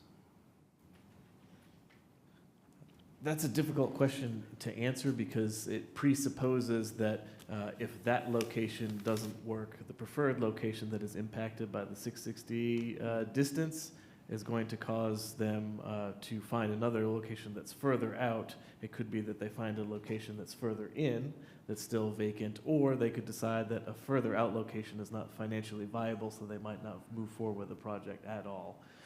So it does force relocation of intended properties, but I can't say for certainty that it would encourage business sprawl. They would also have to find appropriate GC property. Yeah, I mean, on the surface, it appears that it would cause sprawl because of the 660 component of it. But thank you for your feedback. Back to you. Any other council member who's not spoken? Does anybody want Sure. to speak? Yeah, I'll go ahead. This has been said a couple of times tonight, but I'm not involved in this conversation by choice. Who would choose to get involved with this conversation? But I am involved with it, and I've tried to understand this topic very thoroughly. Spent a lot of time reading emails from both sides and talking to different entities. So much so that as early as last night or yesterday, I sent all of you kind of a suggestion on a motion. A few of you responded, and I appreciate those responses. But prior to me even sending that out to you, I had been sending suggestions that came from the community, from the District 2 community, some having to do a lot with that being spearheaded by the Lake Wiley Chamber of Commerce, them getting out to the people. We created somewhat of a complex model that took 5 acres or less, and then 5 to 30, and 30 to 50, and 50 plus, and put some models together, and staff didn't really like that. They thought it was too complicated. So anyway, point is, if the opportunity arises, I do have a motion to make tonight that I think may make sense, may not, Tough thing is, on an issue like this, there's half that feels one way and half that feels another way, and you're not gonna make everybody happy. And I hate that we're in that position with everything that we vote on, right? But when you look at Highway 49 or even Cherry Road, Highway 49 has roughly 100 curb cuts on it. You just don't see that in developments today. Dave Lyle Boulevard has no curb cuts. It has 9 roads, and 2 of those are where you get off of Dave Lyle Boulevard to get on Anderson Road and to get on 77. Not that that's the best development concept, but same stretch of mileage, 2.8, has 9 roads versus 100 curb cuts from the Buster Boy Bridge out. Other thing is the Buster Boy Bridge, it's poor planning because there really was no planning that took place there. And all your traffic running to Charlotte, if you put it up on Waze, that's the way it's going to take you. It's not going to take you to Belmont to get to where you want to go on the south side of Charlotte. You got to head down 49 to get to Charlotte, right? It's just an unfortunate situation. So I'm of the belief that from everything that I've heard people share with me, what I've read, places I've visited in the last year, where I've seen with my own eyes what best practices in development looks like. Some of it's been mentioned tonight, but shared common easements, frontage and secondary roads that limit curb cuts, internal access for larger common developments. You require ample parking so you can park your car and get out and walk around the development, whether you're going to eat and then get ice cream or go have wine. You don't get back into your car until you leave. We talked about Kingsley's come up. Unfortunately, when you make decisions like this, you're trying to make an informed, intelligent decision on what's best. But there are things going to happen that you're not even thinking about. Kingsley. So South Carolina DOT is in charge of a ton of road projects in South Carolina. But if you recall, when Kingsley was built, when you went north on 77 and you got off on 160, you used to be able to pull in one entrance to the left and it'll go down to the second entrance to pull in, right? Entrance to pull in. Now, how do you get in? There's one entrance because they came back, they put a median in because they said, hey, this is slowing up traffic. We don't need this entrance to the left. We're going to push you down and put 2 turning lanes in. Now that's how you'll get in, but you got 2 coming out. Point is, there's a right way to do things, there's a wrong way to do things, and no matter how intentional you are, sometimes you got to deviate from the plan. So I believe kind of what you're asking, Bump, I personally believe that with one knocking out another doesn't really make a lot of sense. And I've got a motion to make that's real simple. If this doesn't pass, I'll make that motion and see if you all want to consider it.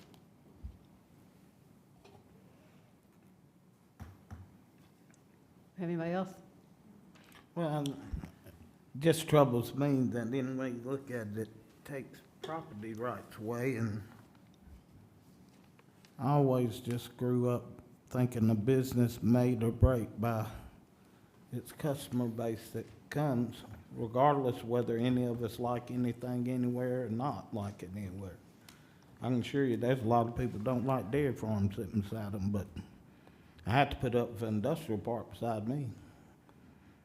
We don't always get what we want.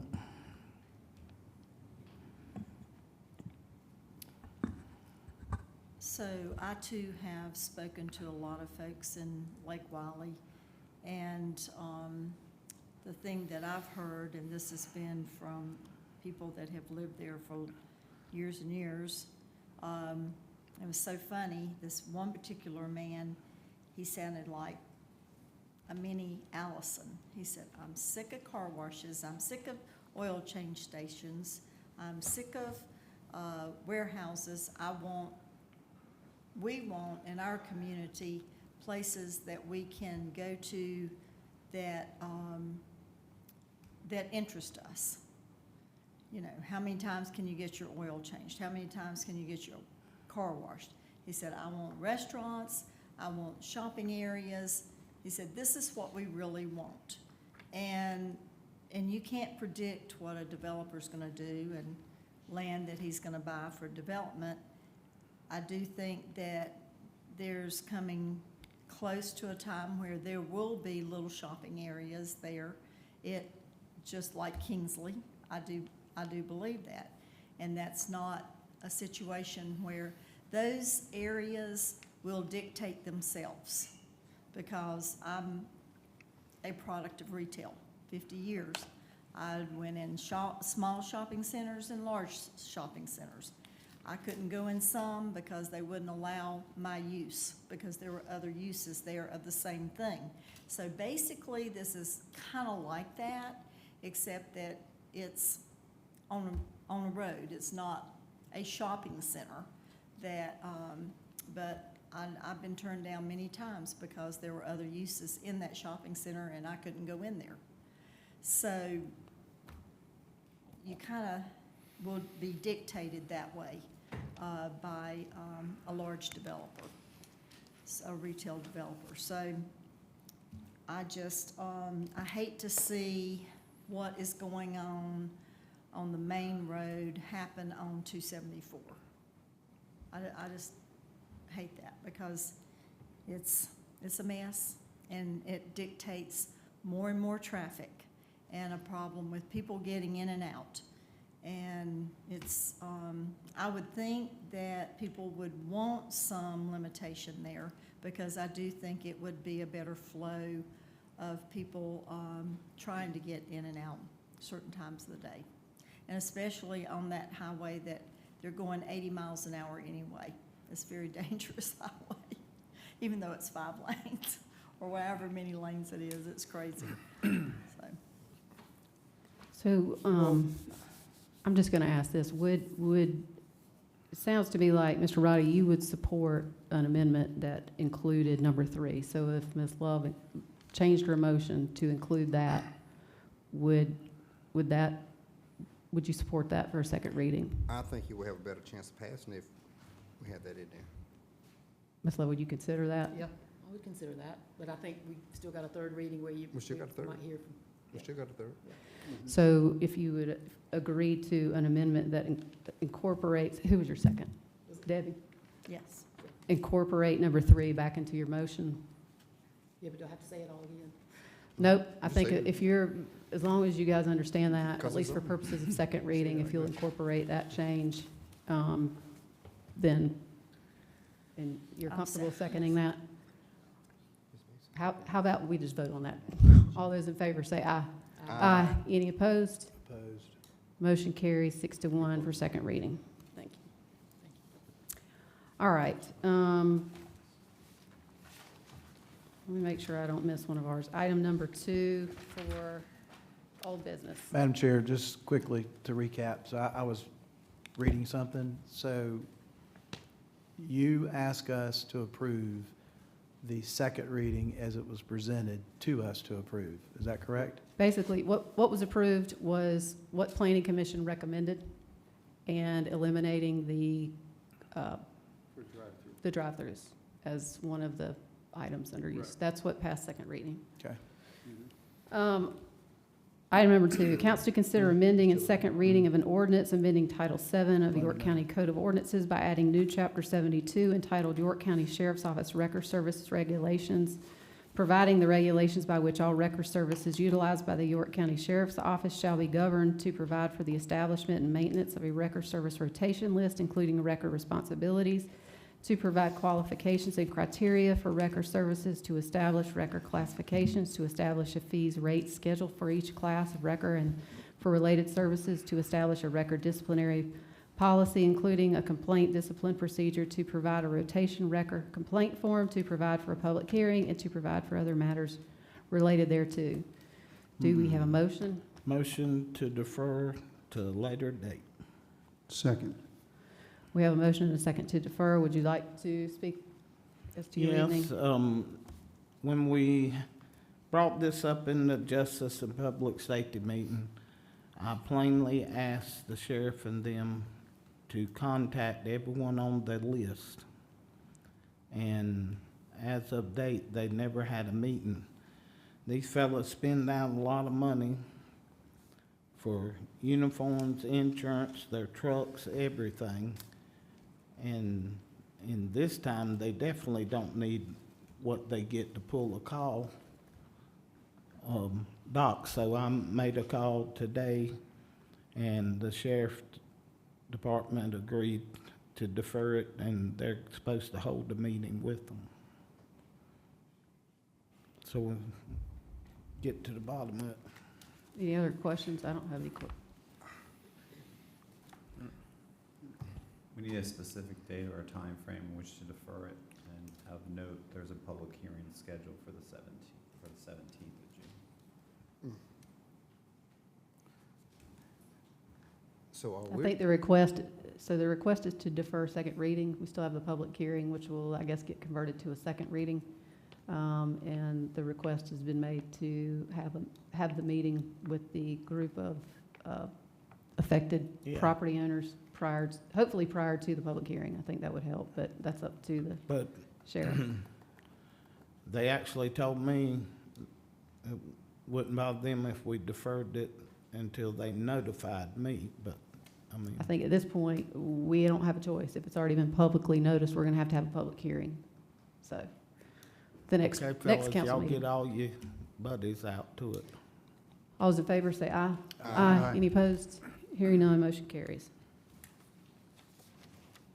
Item number 3, council to consider second reading of an ordinance to establish operating, did I do that? Yeah, operating and capital budgets for the operation of the county government of York County for the fiscal year commencing July 1st, 2024, to provide for the levy of taxes for York County for the fiscal year commencing July 1st, 2024, to provide for the expenditure of tax revenues and other county funds, and provide for other fiscal matters relating to county government. So I'd like to go ahead and do a motion for an amendment. If what we could do, just so we're consistent with prior ones, if we'll do a motion to approve second reading, and then we'll deal with amendments after that. Okay, sounds good, perfect. Can we get a motion to approve? Motion to approve. Second. Motion and a second. Do we have any amendments? Yeah, so I've got one amendment here. The request for Flint Hill Fire Department to move $200,000 of capital funds to their operating funds. I second.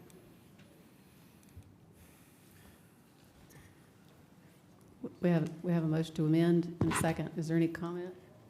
I don't, any concerns? Is this move permissible? Yeah, so the reason for this is that we had a meeting with Flint Hill, and they are currently severely understaffed. And the opportunity here that we saw from within the fund balance was we had an opportunity for them to access or capitalize on this opportunity to hire some additional firemen, but yet keep their capital balance at a safe level for future needs. And that was the why this came about. And So go ahead. we've had numerous conversations with Flint Hill about this. And, you know, staff, we've looked at this. There was $200,000 of reoccurring funding that was put in capital this year that we feel comfortable, because it was reoccurring, to put it into personnel. So Yeah. that's the motion that Councilmember Audette made. I think long-term, there's a number of items that they'll need to utilize fund balance from. And so I think it's important for everybody to realize we've got fund balance for a reason. It's a savings account. There's long-term capital needs that are approaching, and we really want everybody to know that that's a benefit to have that fund balance. So there's a balance between ongoing expenses versus one-time, but we do feel comfortable that there's $200,000 there to afford that. Yeah, and to have this as a continuance each year in order for them to support additional firemen. All those in favor of the amendment, say aye. Aye. Any opposed? Real quick, we do have a point of clarification from Kevin. Mr. Audette, the budget ordinance, when you look at your fire districts, it's going to be page 9 of the ordinance, all the expenditures for those special tax districts are on one line item, appropriation. So I would ask that you don't need to make a motion to do what you're doing over here. Mr. Edwards can simply go in to their budgets, the detail that's, again, not part of this ordinance, and make that change from one line to next. That's within the county manager's authority. So he can do that himself without the motion, because again, the motion is, there's only $1 amount for total expenses in there. And- And now that we've heard that y'all want us to do that, we will do that. Okay, very good. Thank you. Perfect. So that vote didn't happen. Well, I mean, I don't think it hurts. I mean, you may not have to have it, but it doesn't hurt. You reaffirmed your direction, and we're going to do it. We just really made sure it was, really made sure. Well, I think the question is, why did you vote no and did it change? 'Cause are there any other amendments? There are some things from the last council meeting that I know we need to clear up. Does anybody have any amendment? No. I usually don't make them. Last council meeting, there was a request that council consider, and I see this, we received a memo from management that outlined a response to a lot of the questions that we asked from our last funding source. One of the items was $40,000 to Keystone, which I understand that particular amount. There are issues related to being able to transfer that because the application for the opioid doesn't look like we're going to be able to fix it this year, but it will be fixed next year. So we do not need to find a recurring item in the budget to address, but we do potentially need to have recommendation. I mean, my understanding from management and from, is that the recommendation is that we just approve that as a general fund one-time expenditure. Yeah, we feel comfortable we can afford that through fund balance because it is, as you've explained, somewhat one-time. There's other opportunities in the general fund too that we can explain further if you want us to. I think for Keystone purposes, that's a one-time funding thing. I want to make sure council was aware of that. This doesn't impact the bottom line. And I think the majority of council raised that last time, if I'm not mistaken. That is correct. All right, so do we need to make a motion? Make the motion to approve that. Motion to approve one time of $40,000 for Keystone. A second. Motion and a second. Any discussion? All those in favor, say aye. Aye. Any opposed? Hearing none, amendment passes. Do y'all want to do that? I mean, I'm trying to remember what we did last time. Here are the things I remember. I'll throw one in. Well, So- here, let me just go ahead and say it. Maybe this will help us out. One new deputy coroner position. My understanding after talking with staff, reading the memo that was provided by management, one new deputy coroner position and adding in the social media person that was brought up at the workshop, as well as the 40,000 new part-time vet, which was something that management brought up in the memo. Those three things. Those things. What was the last one? The vet, there's a part-time vet position that management brought up, a $40,000 expenditure that was necessary. That's what it, So I'm I'm showing happy to 40,000. speak to that, but I want to let you finish before we. What I'm trying to do is to make sure that council understands those three positions are something that my understanding management has found funding for with the increased, what's it called? The Help me out here. offset's going to be the interest income. The that we interest pay for income would cover that without having to address the increase in millage question. Right? Yes, so there's an opportunity, and we can think about this in terms of about $300,000 to $500,000. One of the things that happens, over the years, you don't know what the Fed is going to do in terms of interest rates. And so we do like to be conservative with what we're estimating for interest income. And obviously the Fed has delayed that. So what we're seeing is higher investment returns, and there's an opportunity to recognize some of that. We don't want to guarantee that long term. But when we think about next year and we better understand what the Fed's plan is, there's an opportunity to increase the amount of investment revenue that we're projecting. We think we can afford between 300 and 5,000 of additional expenses without a tax increase, based on y'all's conversations. That might change in coming years, but we do feel comfortable with that next year in light of the current environment. So let me make sure I'm clear on this. So we're speaking that we can find one of the two corner positions? I'm speaking more to the total that we can find. We feel comfortable between 300 to 500,000. Now, what y'all want to add within that is completely up to y'all, but I think we feel comfortable with that amount. So, do you want to? Okay, so, and then in regards to media, Strategic media specialist. right. So at this point right now, I think there would be a motion on the floor in regards to a motion for one employee for the coroner's office and one employee as a media specialist. As well as the And then 40,000. 40,000 for the vet. And 40,000 for the vet. strategic media specialist, have we talked about that? Yeah, we talked about that at the workshop. So we know what that Yeah. is. Mhm. So, okay, what, go ahead. I'd like to add another position. Wait, look. Do you want to finish this motion? Those three can be covered with the Interest income. increase in the, why can't I get this? The interest income is Okay. where we can do Right. that without having the millage issue be brought up so that it still remains the balanced budget. Do we need a motion? So I'd Yep, like you to just add made it. one other, Okay, all I'd right. like to add one other to So- the interest income, please. The grant position that we took out because of economic development, I'd like to add that one in as well. Because that pays for itself. Oh, What are you referring to? The grant position that we eliminated because what we grant eliminated the grant position that was in the county manager's budget. We took it out with his recommendation at the last meeting. What was the grant? What was the position? Grant Yeah. position, a grant writer. Oh, grant writer. Yeah. so, I don't recall.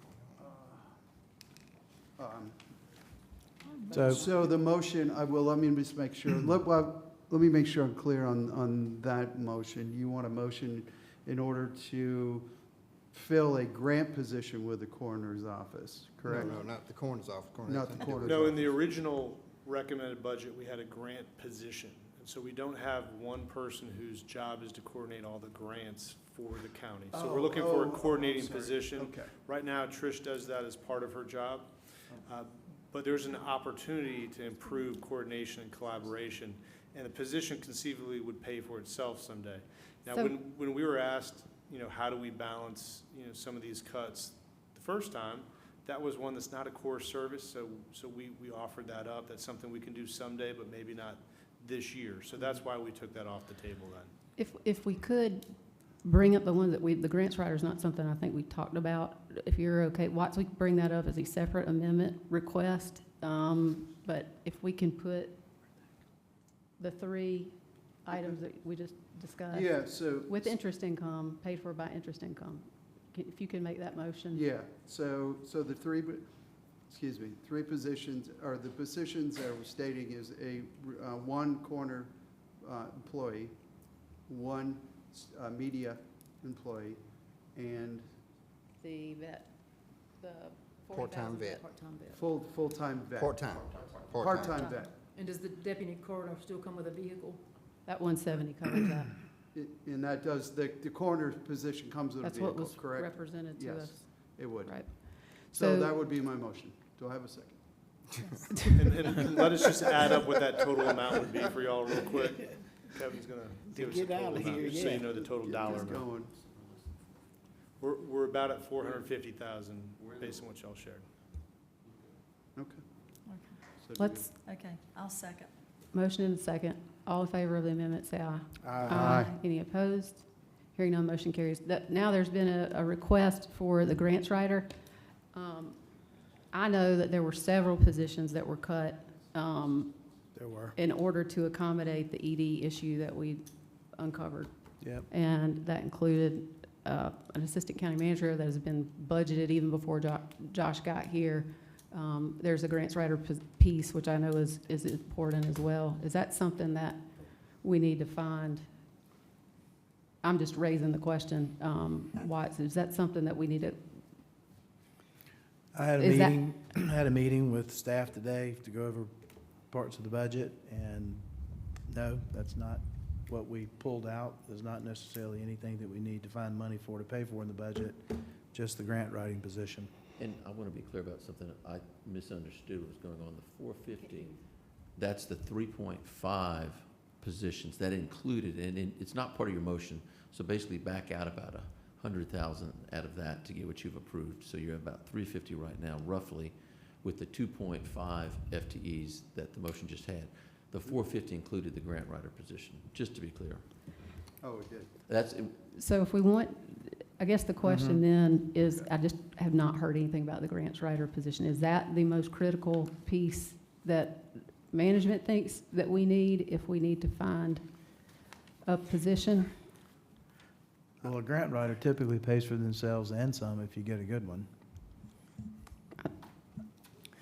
I think long-term, it's a position that will be very helpful. Now, the reason we took it off the table was it wasn't one of our highest priorities, and that's why we did that. So I think that decision is up to y'all. If y'all award that position, we will definitely utilize it. It might be something we bring back if you don't approve it, but there's a number of other priorities that I understand that the council has, and so that's one of the challenges. But that position would pay for itself, and it would give our budget director more time to do budget director activity, which is a good opportunity long-term for role clarity and for finance to get more involved in the grant process. So that's what that position is all about, is setting up a structure that can be successful long-term. Whether that happens this year or next, that's something we're going to continue to talk about. Well, I certainly wouldn't feel comfortable just showing up tonight saying, poof, let's get a grant writer. All right, throw that position in there. When so many people have come before us asking for things, I don't see how the grant writer rises to the top over some things that's been asked for and vetted. And then we're gonna make a decision tonight on a grant writer that I'm hearing for the first time. Yeah. Well, it was in the original, Well, budget. we hadn't had any discussion Agree. about it. You know, this is like spur of the moment. Just because we got some interest income, don't mean we should just haul off and spend it. You know, that's And not I how think it it's kind works. of like rec funding. Let's have our strategic planning session. Let's talk about where we're headed. I mean, we got PIO and we got strategic planning coming up. And so I think we look at it like we're gonna do rec funding. We're gonna work on that between now and next year. I mean, I don't know how many grants we do and how many opportunities. Have we missed any opportunities? So I just think it's something that we look at over the next year. I do agree long-term, it's probably a great thing. And, but I think We we need to should. vet it out. We need to vet that, yeah. Yeah. I'll say, Are you okay I'm not with that, opposed or- to, I'm not opposed to considering it. We still have one other reading. I would like, to ask for some priorities, and one other thing I would like to clean up before we ask for if there's any other amendments. The recreation funding was approved as budgeted, and there apparently is, I just want to clarify for council, there was no millage increase to approve what was requested. What was requested at first reading and what was approved at first reading was to approve the municipal association allocation. There was a minor change that needed to be made with that. And then to continue to allocate the same amount that was budgeted for Lake Wiley. And there actually is a fund balance, as I understand it, within that rec funding fund that can pay for that. And is there something that you all need in order to direct that? I thought we were getting a portion of the hospitality dollars. From H-Tax. It's That's coming what- from fund balance. So the motion was for staff to consider where the funding should come from, and because the rec tax actually has its own fund balance, I think it's about 1.1 million. I think that's our recommendation, to utilize that fund balance. Originally, it was H-Tax, and then we deferred it to them if they We came asked up with staff something to else. come up with the that- solution. yeah. Is that so we don't need to make a motion to change that, and that doesn't So result in a How tax do we increase? know that? Like, how do y'all know that and I don't know that? Well, just like the grant position that was in the budget, but apparently some of us It didn't was know it actually was in the in the memo. budget. It's in the memo that they sent to us Friday, and I had to call and ask today, what's rec funding? I thought rec funding wasn't the unincorporated rec funding, but that's even better. I And- found it, I had to make calls to find it out, so that's why I want to make sure it's transparent to Yeah. council. And Ms. Love, this was all part of Mr. Watts's motion at first reading, where he deferred to let management pick the best place to find it, and so that's why you might not have known about that at the time. Remember, 3 years ago, Mr. Hudspeth made the motion to try to kill the entire rec fund. We were gonna use that fund balance for our own parks, but So it's part of what Mr. Watts did in the first motion, and there's no need for anything else at this point. So the only other one was the 25,000 for safe passage. That was done in first reading. So we're covered on that, we're good. Yeah, that Okay. was critical Yep. needs Okay. transfer. Yep. Are there any other amendments that any council member wants to raise? Which you're going to meet with the school superintendent and my request to help with the ag tourism, right? Yes, but do you want to explain that to the full council? Okay. So one of the things that Councilmember Atkins brought up last meeting was the opportunity that York schools and Clover are working on related to agritourism in a facility. And so in talking with Councilmember Atkins, there's a couple options. You could put something in the budget. We could pull from the Economic Development Fund or something like that. But one of the options that we shared with him was you could also ask staff to go and have a conversation with the school districts and ask them how we can help, how we can get involved, what the need is. And then as staff, we can bring back that recommendation. We can work on it, bring you all back something mid-year next year. When I say mid-year, it could be August, it could be July, but it doesn't have to be in the budget. It's something that we can bring an agenda item forward to y'all as a recommendation, and you could add mid-year from a fund balance if it makes sense. So those are the options before y'all. You could add something in the budget, but there's not a specified need at this point, or staff is willing to go and meet with the superintendents and their staff to ask them how we can help and be a part of that project. So I'm open to either options. I do have meetings with the superintendents on my calendar over the next 2 or 3 weeks, and I'm happy to bring that up to them as well. I would rather know what their timeline looks like, because we're on the very front end of what they're doing right now. They've just gotten the other money from the state, and Tommy and I both attended their barn raising, and so I would just like to know what their timeline to raise the rest of the money, which is a lot, and how that looks, how they're planning to do that, and what the timeline's gonna be for. And they're supposed to have some matching program. I ain't really sure how that works. So as I'm hearing, there's no amendment tonight to address this issue, but we're directing, unless I hear objection, we're directing management to have that conversation to get more details about what's needed and how the county can be a part of that and what role they're asking us to play on that. That's correct, Madam Chair. Right.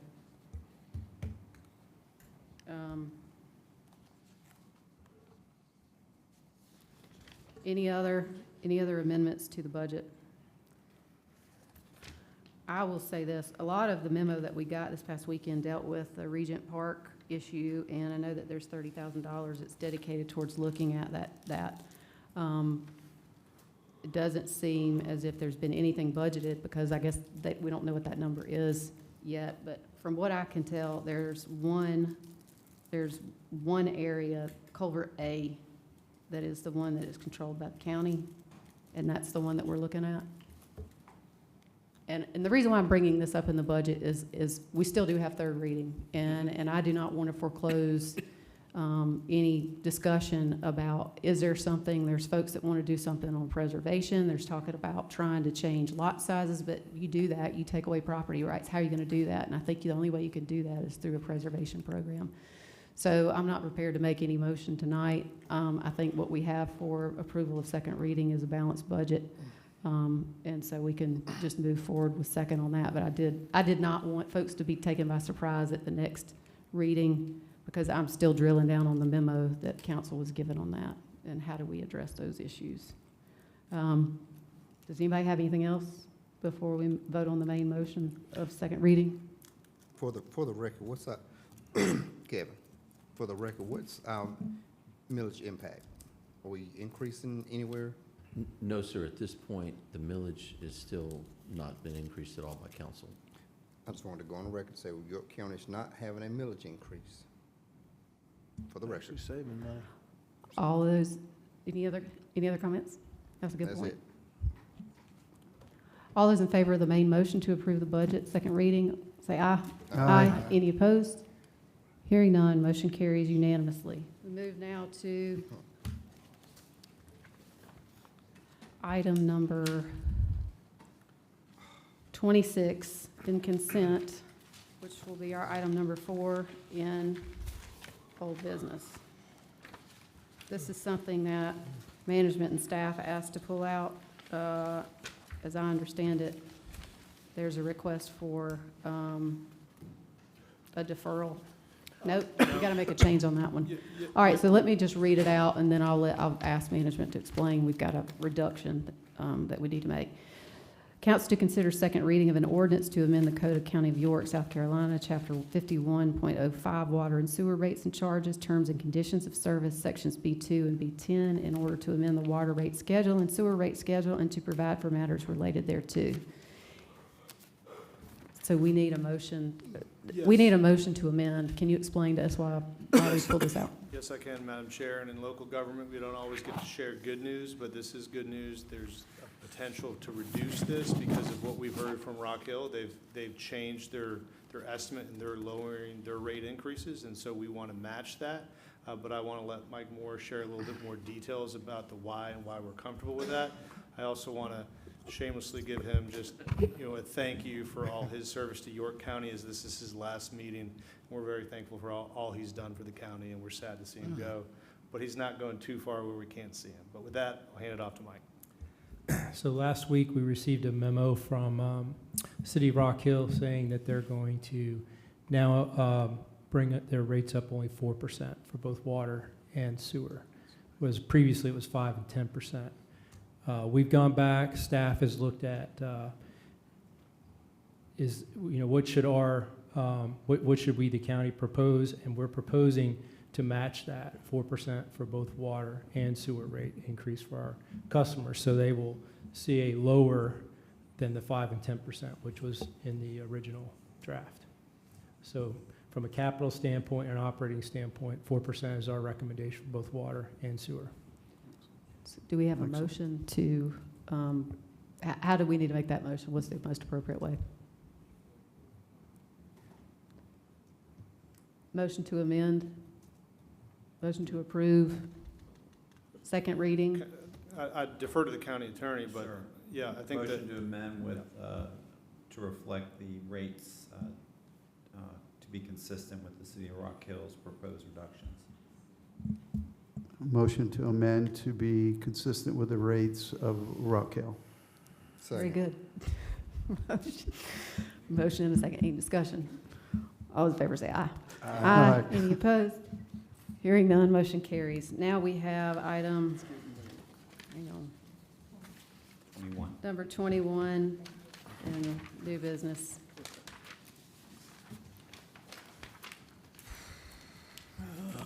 Council to approve contractual agreement with Axon Enterprise, Inc. of Scottsdale, Arizona for the purchase of software solution for use by the Solicitor's Office for initial first year cost of $46,736.97. And we were asked to pull this out by legal.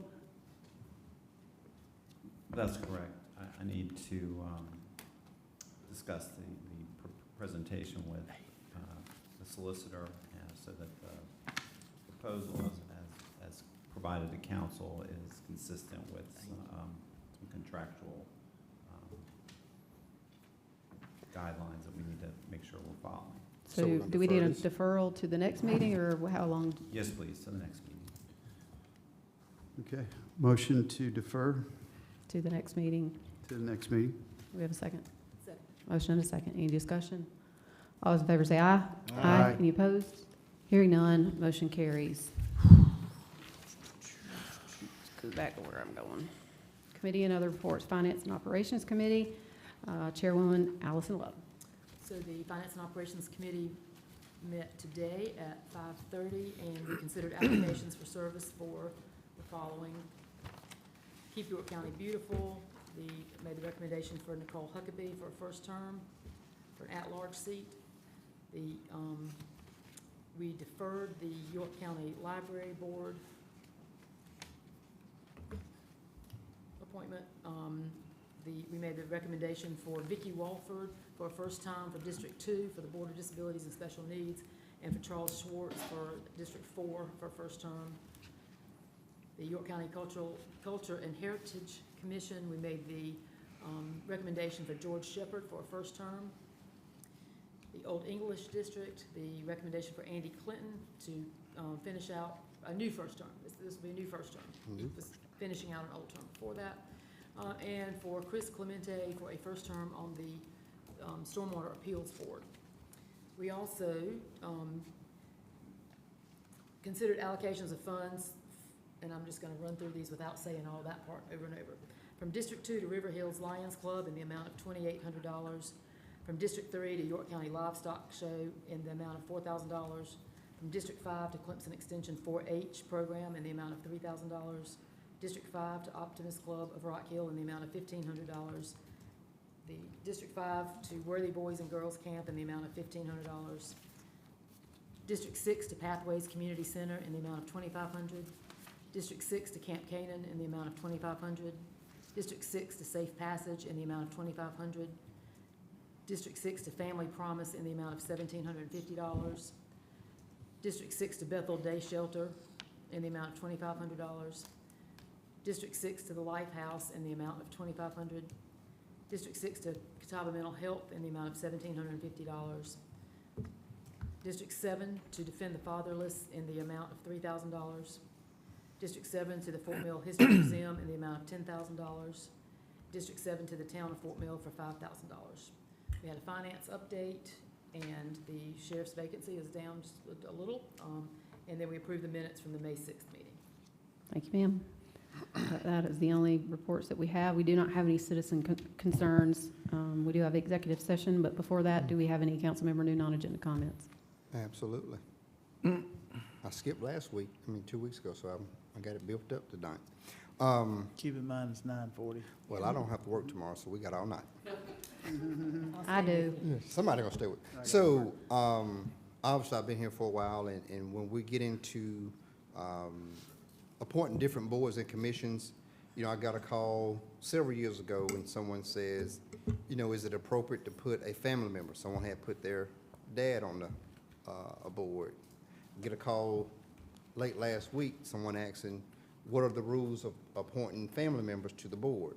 I had no idea what they were talking about, and obviously I hear a similar name tonight, so I wanted to kind of pose the question to staff and obviously legal, what do we have in place? What are some of the guidelines? Is anything that precludes family members, and is there anything that even speaks to that? Because I've never appointed anyone. I do think sometimes the optics publicly drives what people feel. And if, it's come up only twice in my tenure of family members or relatives being appointed. Me personally, I don't know what would the drawback be. I don't know what we have in place that speaks to that. So if there's anything that speaks to that, I would like to have that shared with council so that we all know some of the do's and don'ts and how, if anything, applies to family members. I haven't never heard that they were precluded, but the question has come up twice, one being recently as last week. Also, want to remind everybody there's an election coming up next Tuesday. Want to make sure everybody exercise their rights to get out and vote. Obviously, there's a county council race, there's a sheriff's race, there's a solicitor race, so whatever may be on the ballot in your area, make sure you go out and exercise your right to vote. And that's about all I have. Anyone else? Yes. So since I joined council, any of the appointments that I've made, I don't, I appoint people I think are qualified for a position, but they don't have an agenda from me. They don't have any expectations of me. I don't micromanage them. I don't share anything with them necessarily. And I certainly don't expect them to take what I think and believe and go push it towards another council. So my wife picks up trash when she walks every day. She's perfect for York County, beautiful. But I wouldn't be influencing her or anybody else that I've appointed to do anything. The County Library Board, my candidate is appointed to the South Carolina Library Board by the governor of South Carolina. He has 1 year left on his term. Been in communication with our county attorney today, going back and forth. He doesn't think there's a conflict. There could be a conflict. Citizens could say it's a conflict. So probably going to appoint someone else. But again, I'm not appointing anybody with any expectation. What I want them to do if they join the library board, I want that to be known. I don't do that. If you don't believe me, call anybody I've appointed and ask them, have I called them and asked them to do anything on any board they've been appointed to? The answer is no, and it won't be, because that's not how I operate. Any other comments?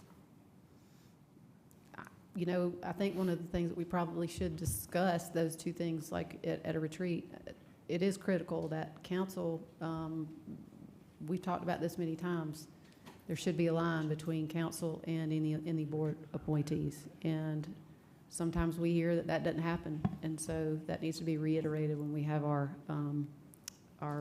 retreat, as it applies to many folks. At any rate, do we have a motion for executive session? Yes, we do. We got a few motions here. The first one, receipt of legal advice, litigation, legal update. Just do them all together.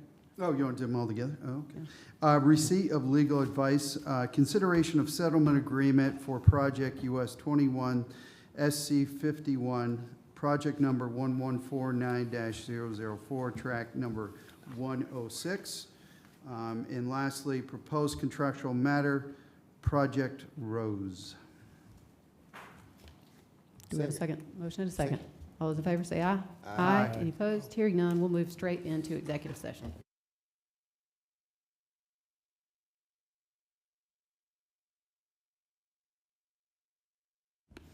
We are out of executive session. No action was taken. Do we have any motions? Yeah, we do have one motion. Motion to authorize settlement agreement for project US 21/SC 51, project number 11149-004, track 106, as discussed in executive session. Do we have a second? We got a second. Motion and a second. Any discussion? All those in favor say aye. Aye. Any opposed? Hearing none, motion carries. Motion to adjourn. Second. All in favor say aye. Aye. We are adjourned. All right. Remind me of Michael Johnson, wait for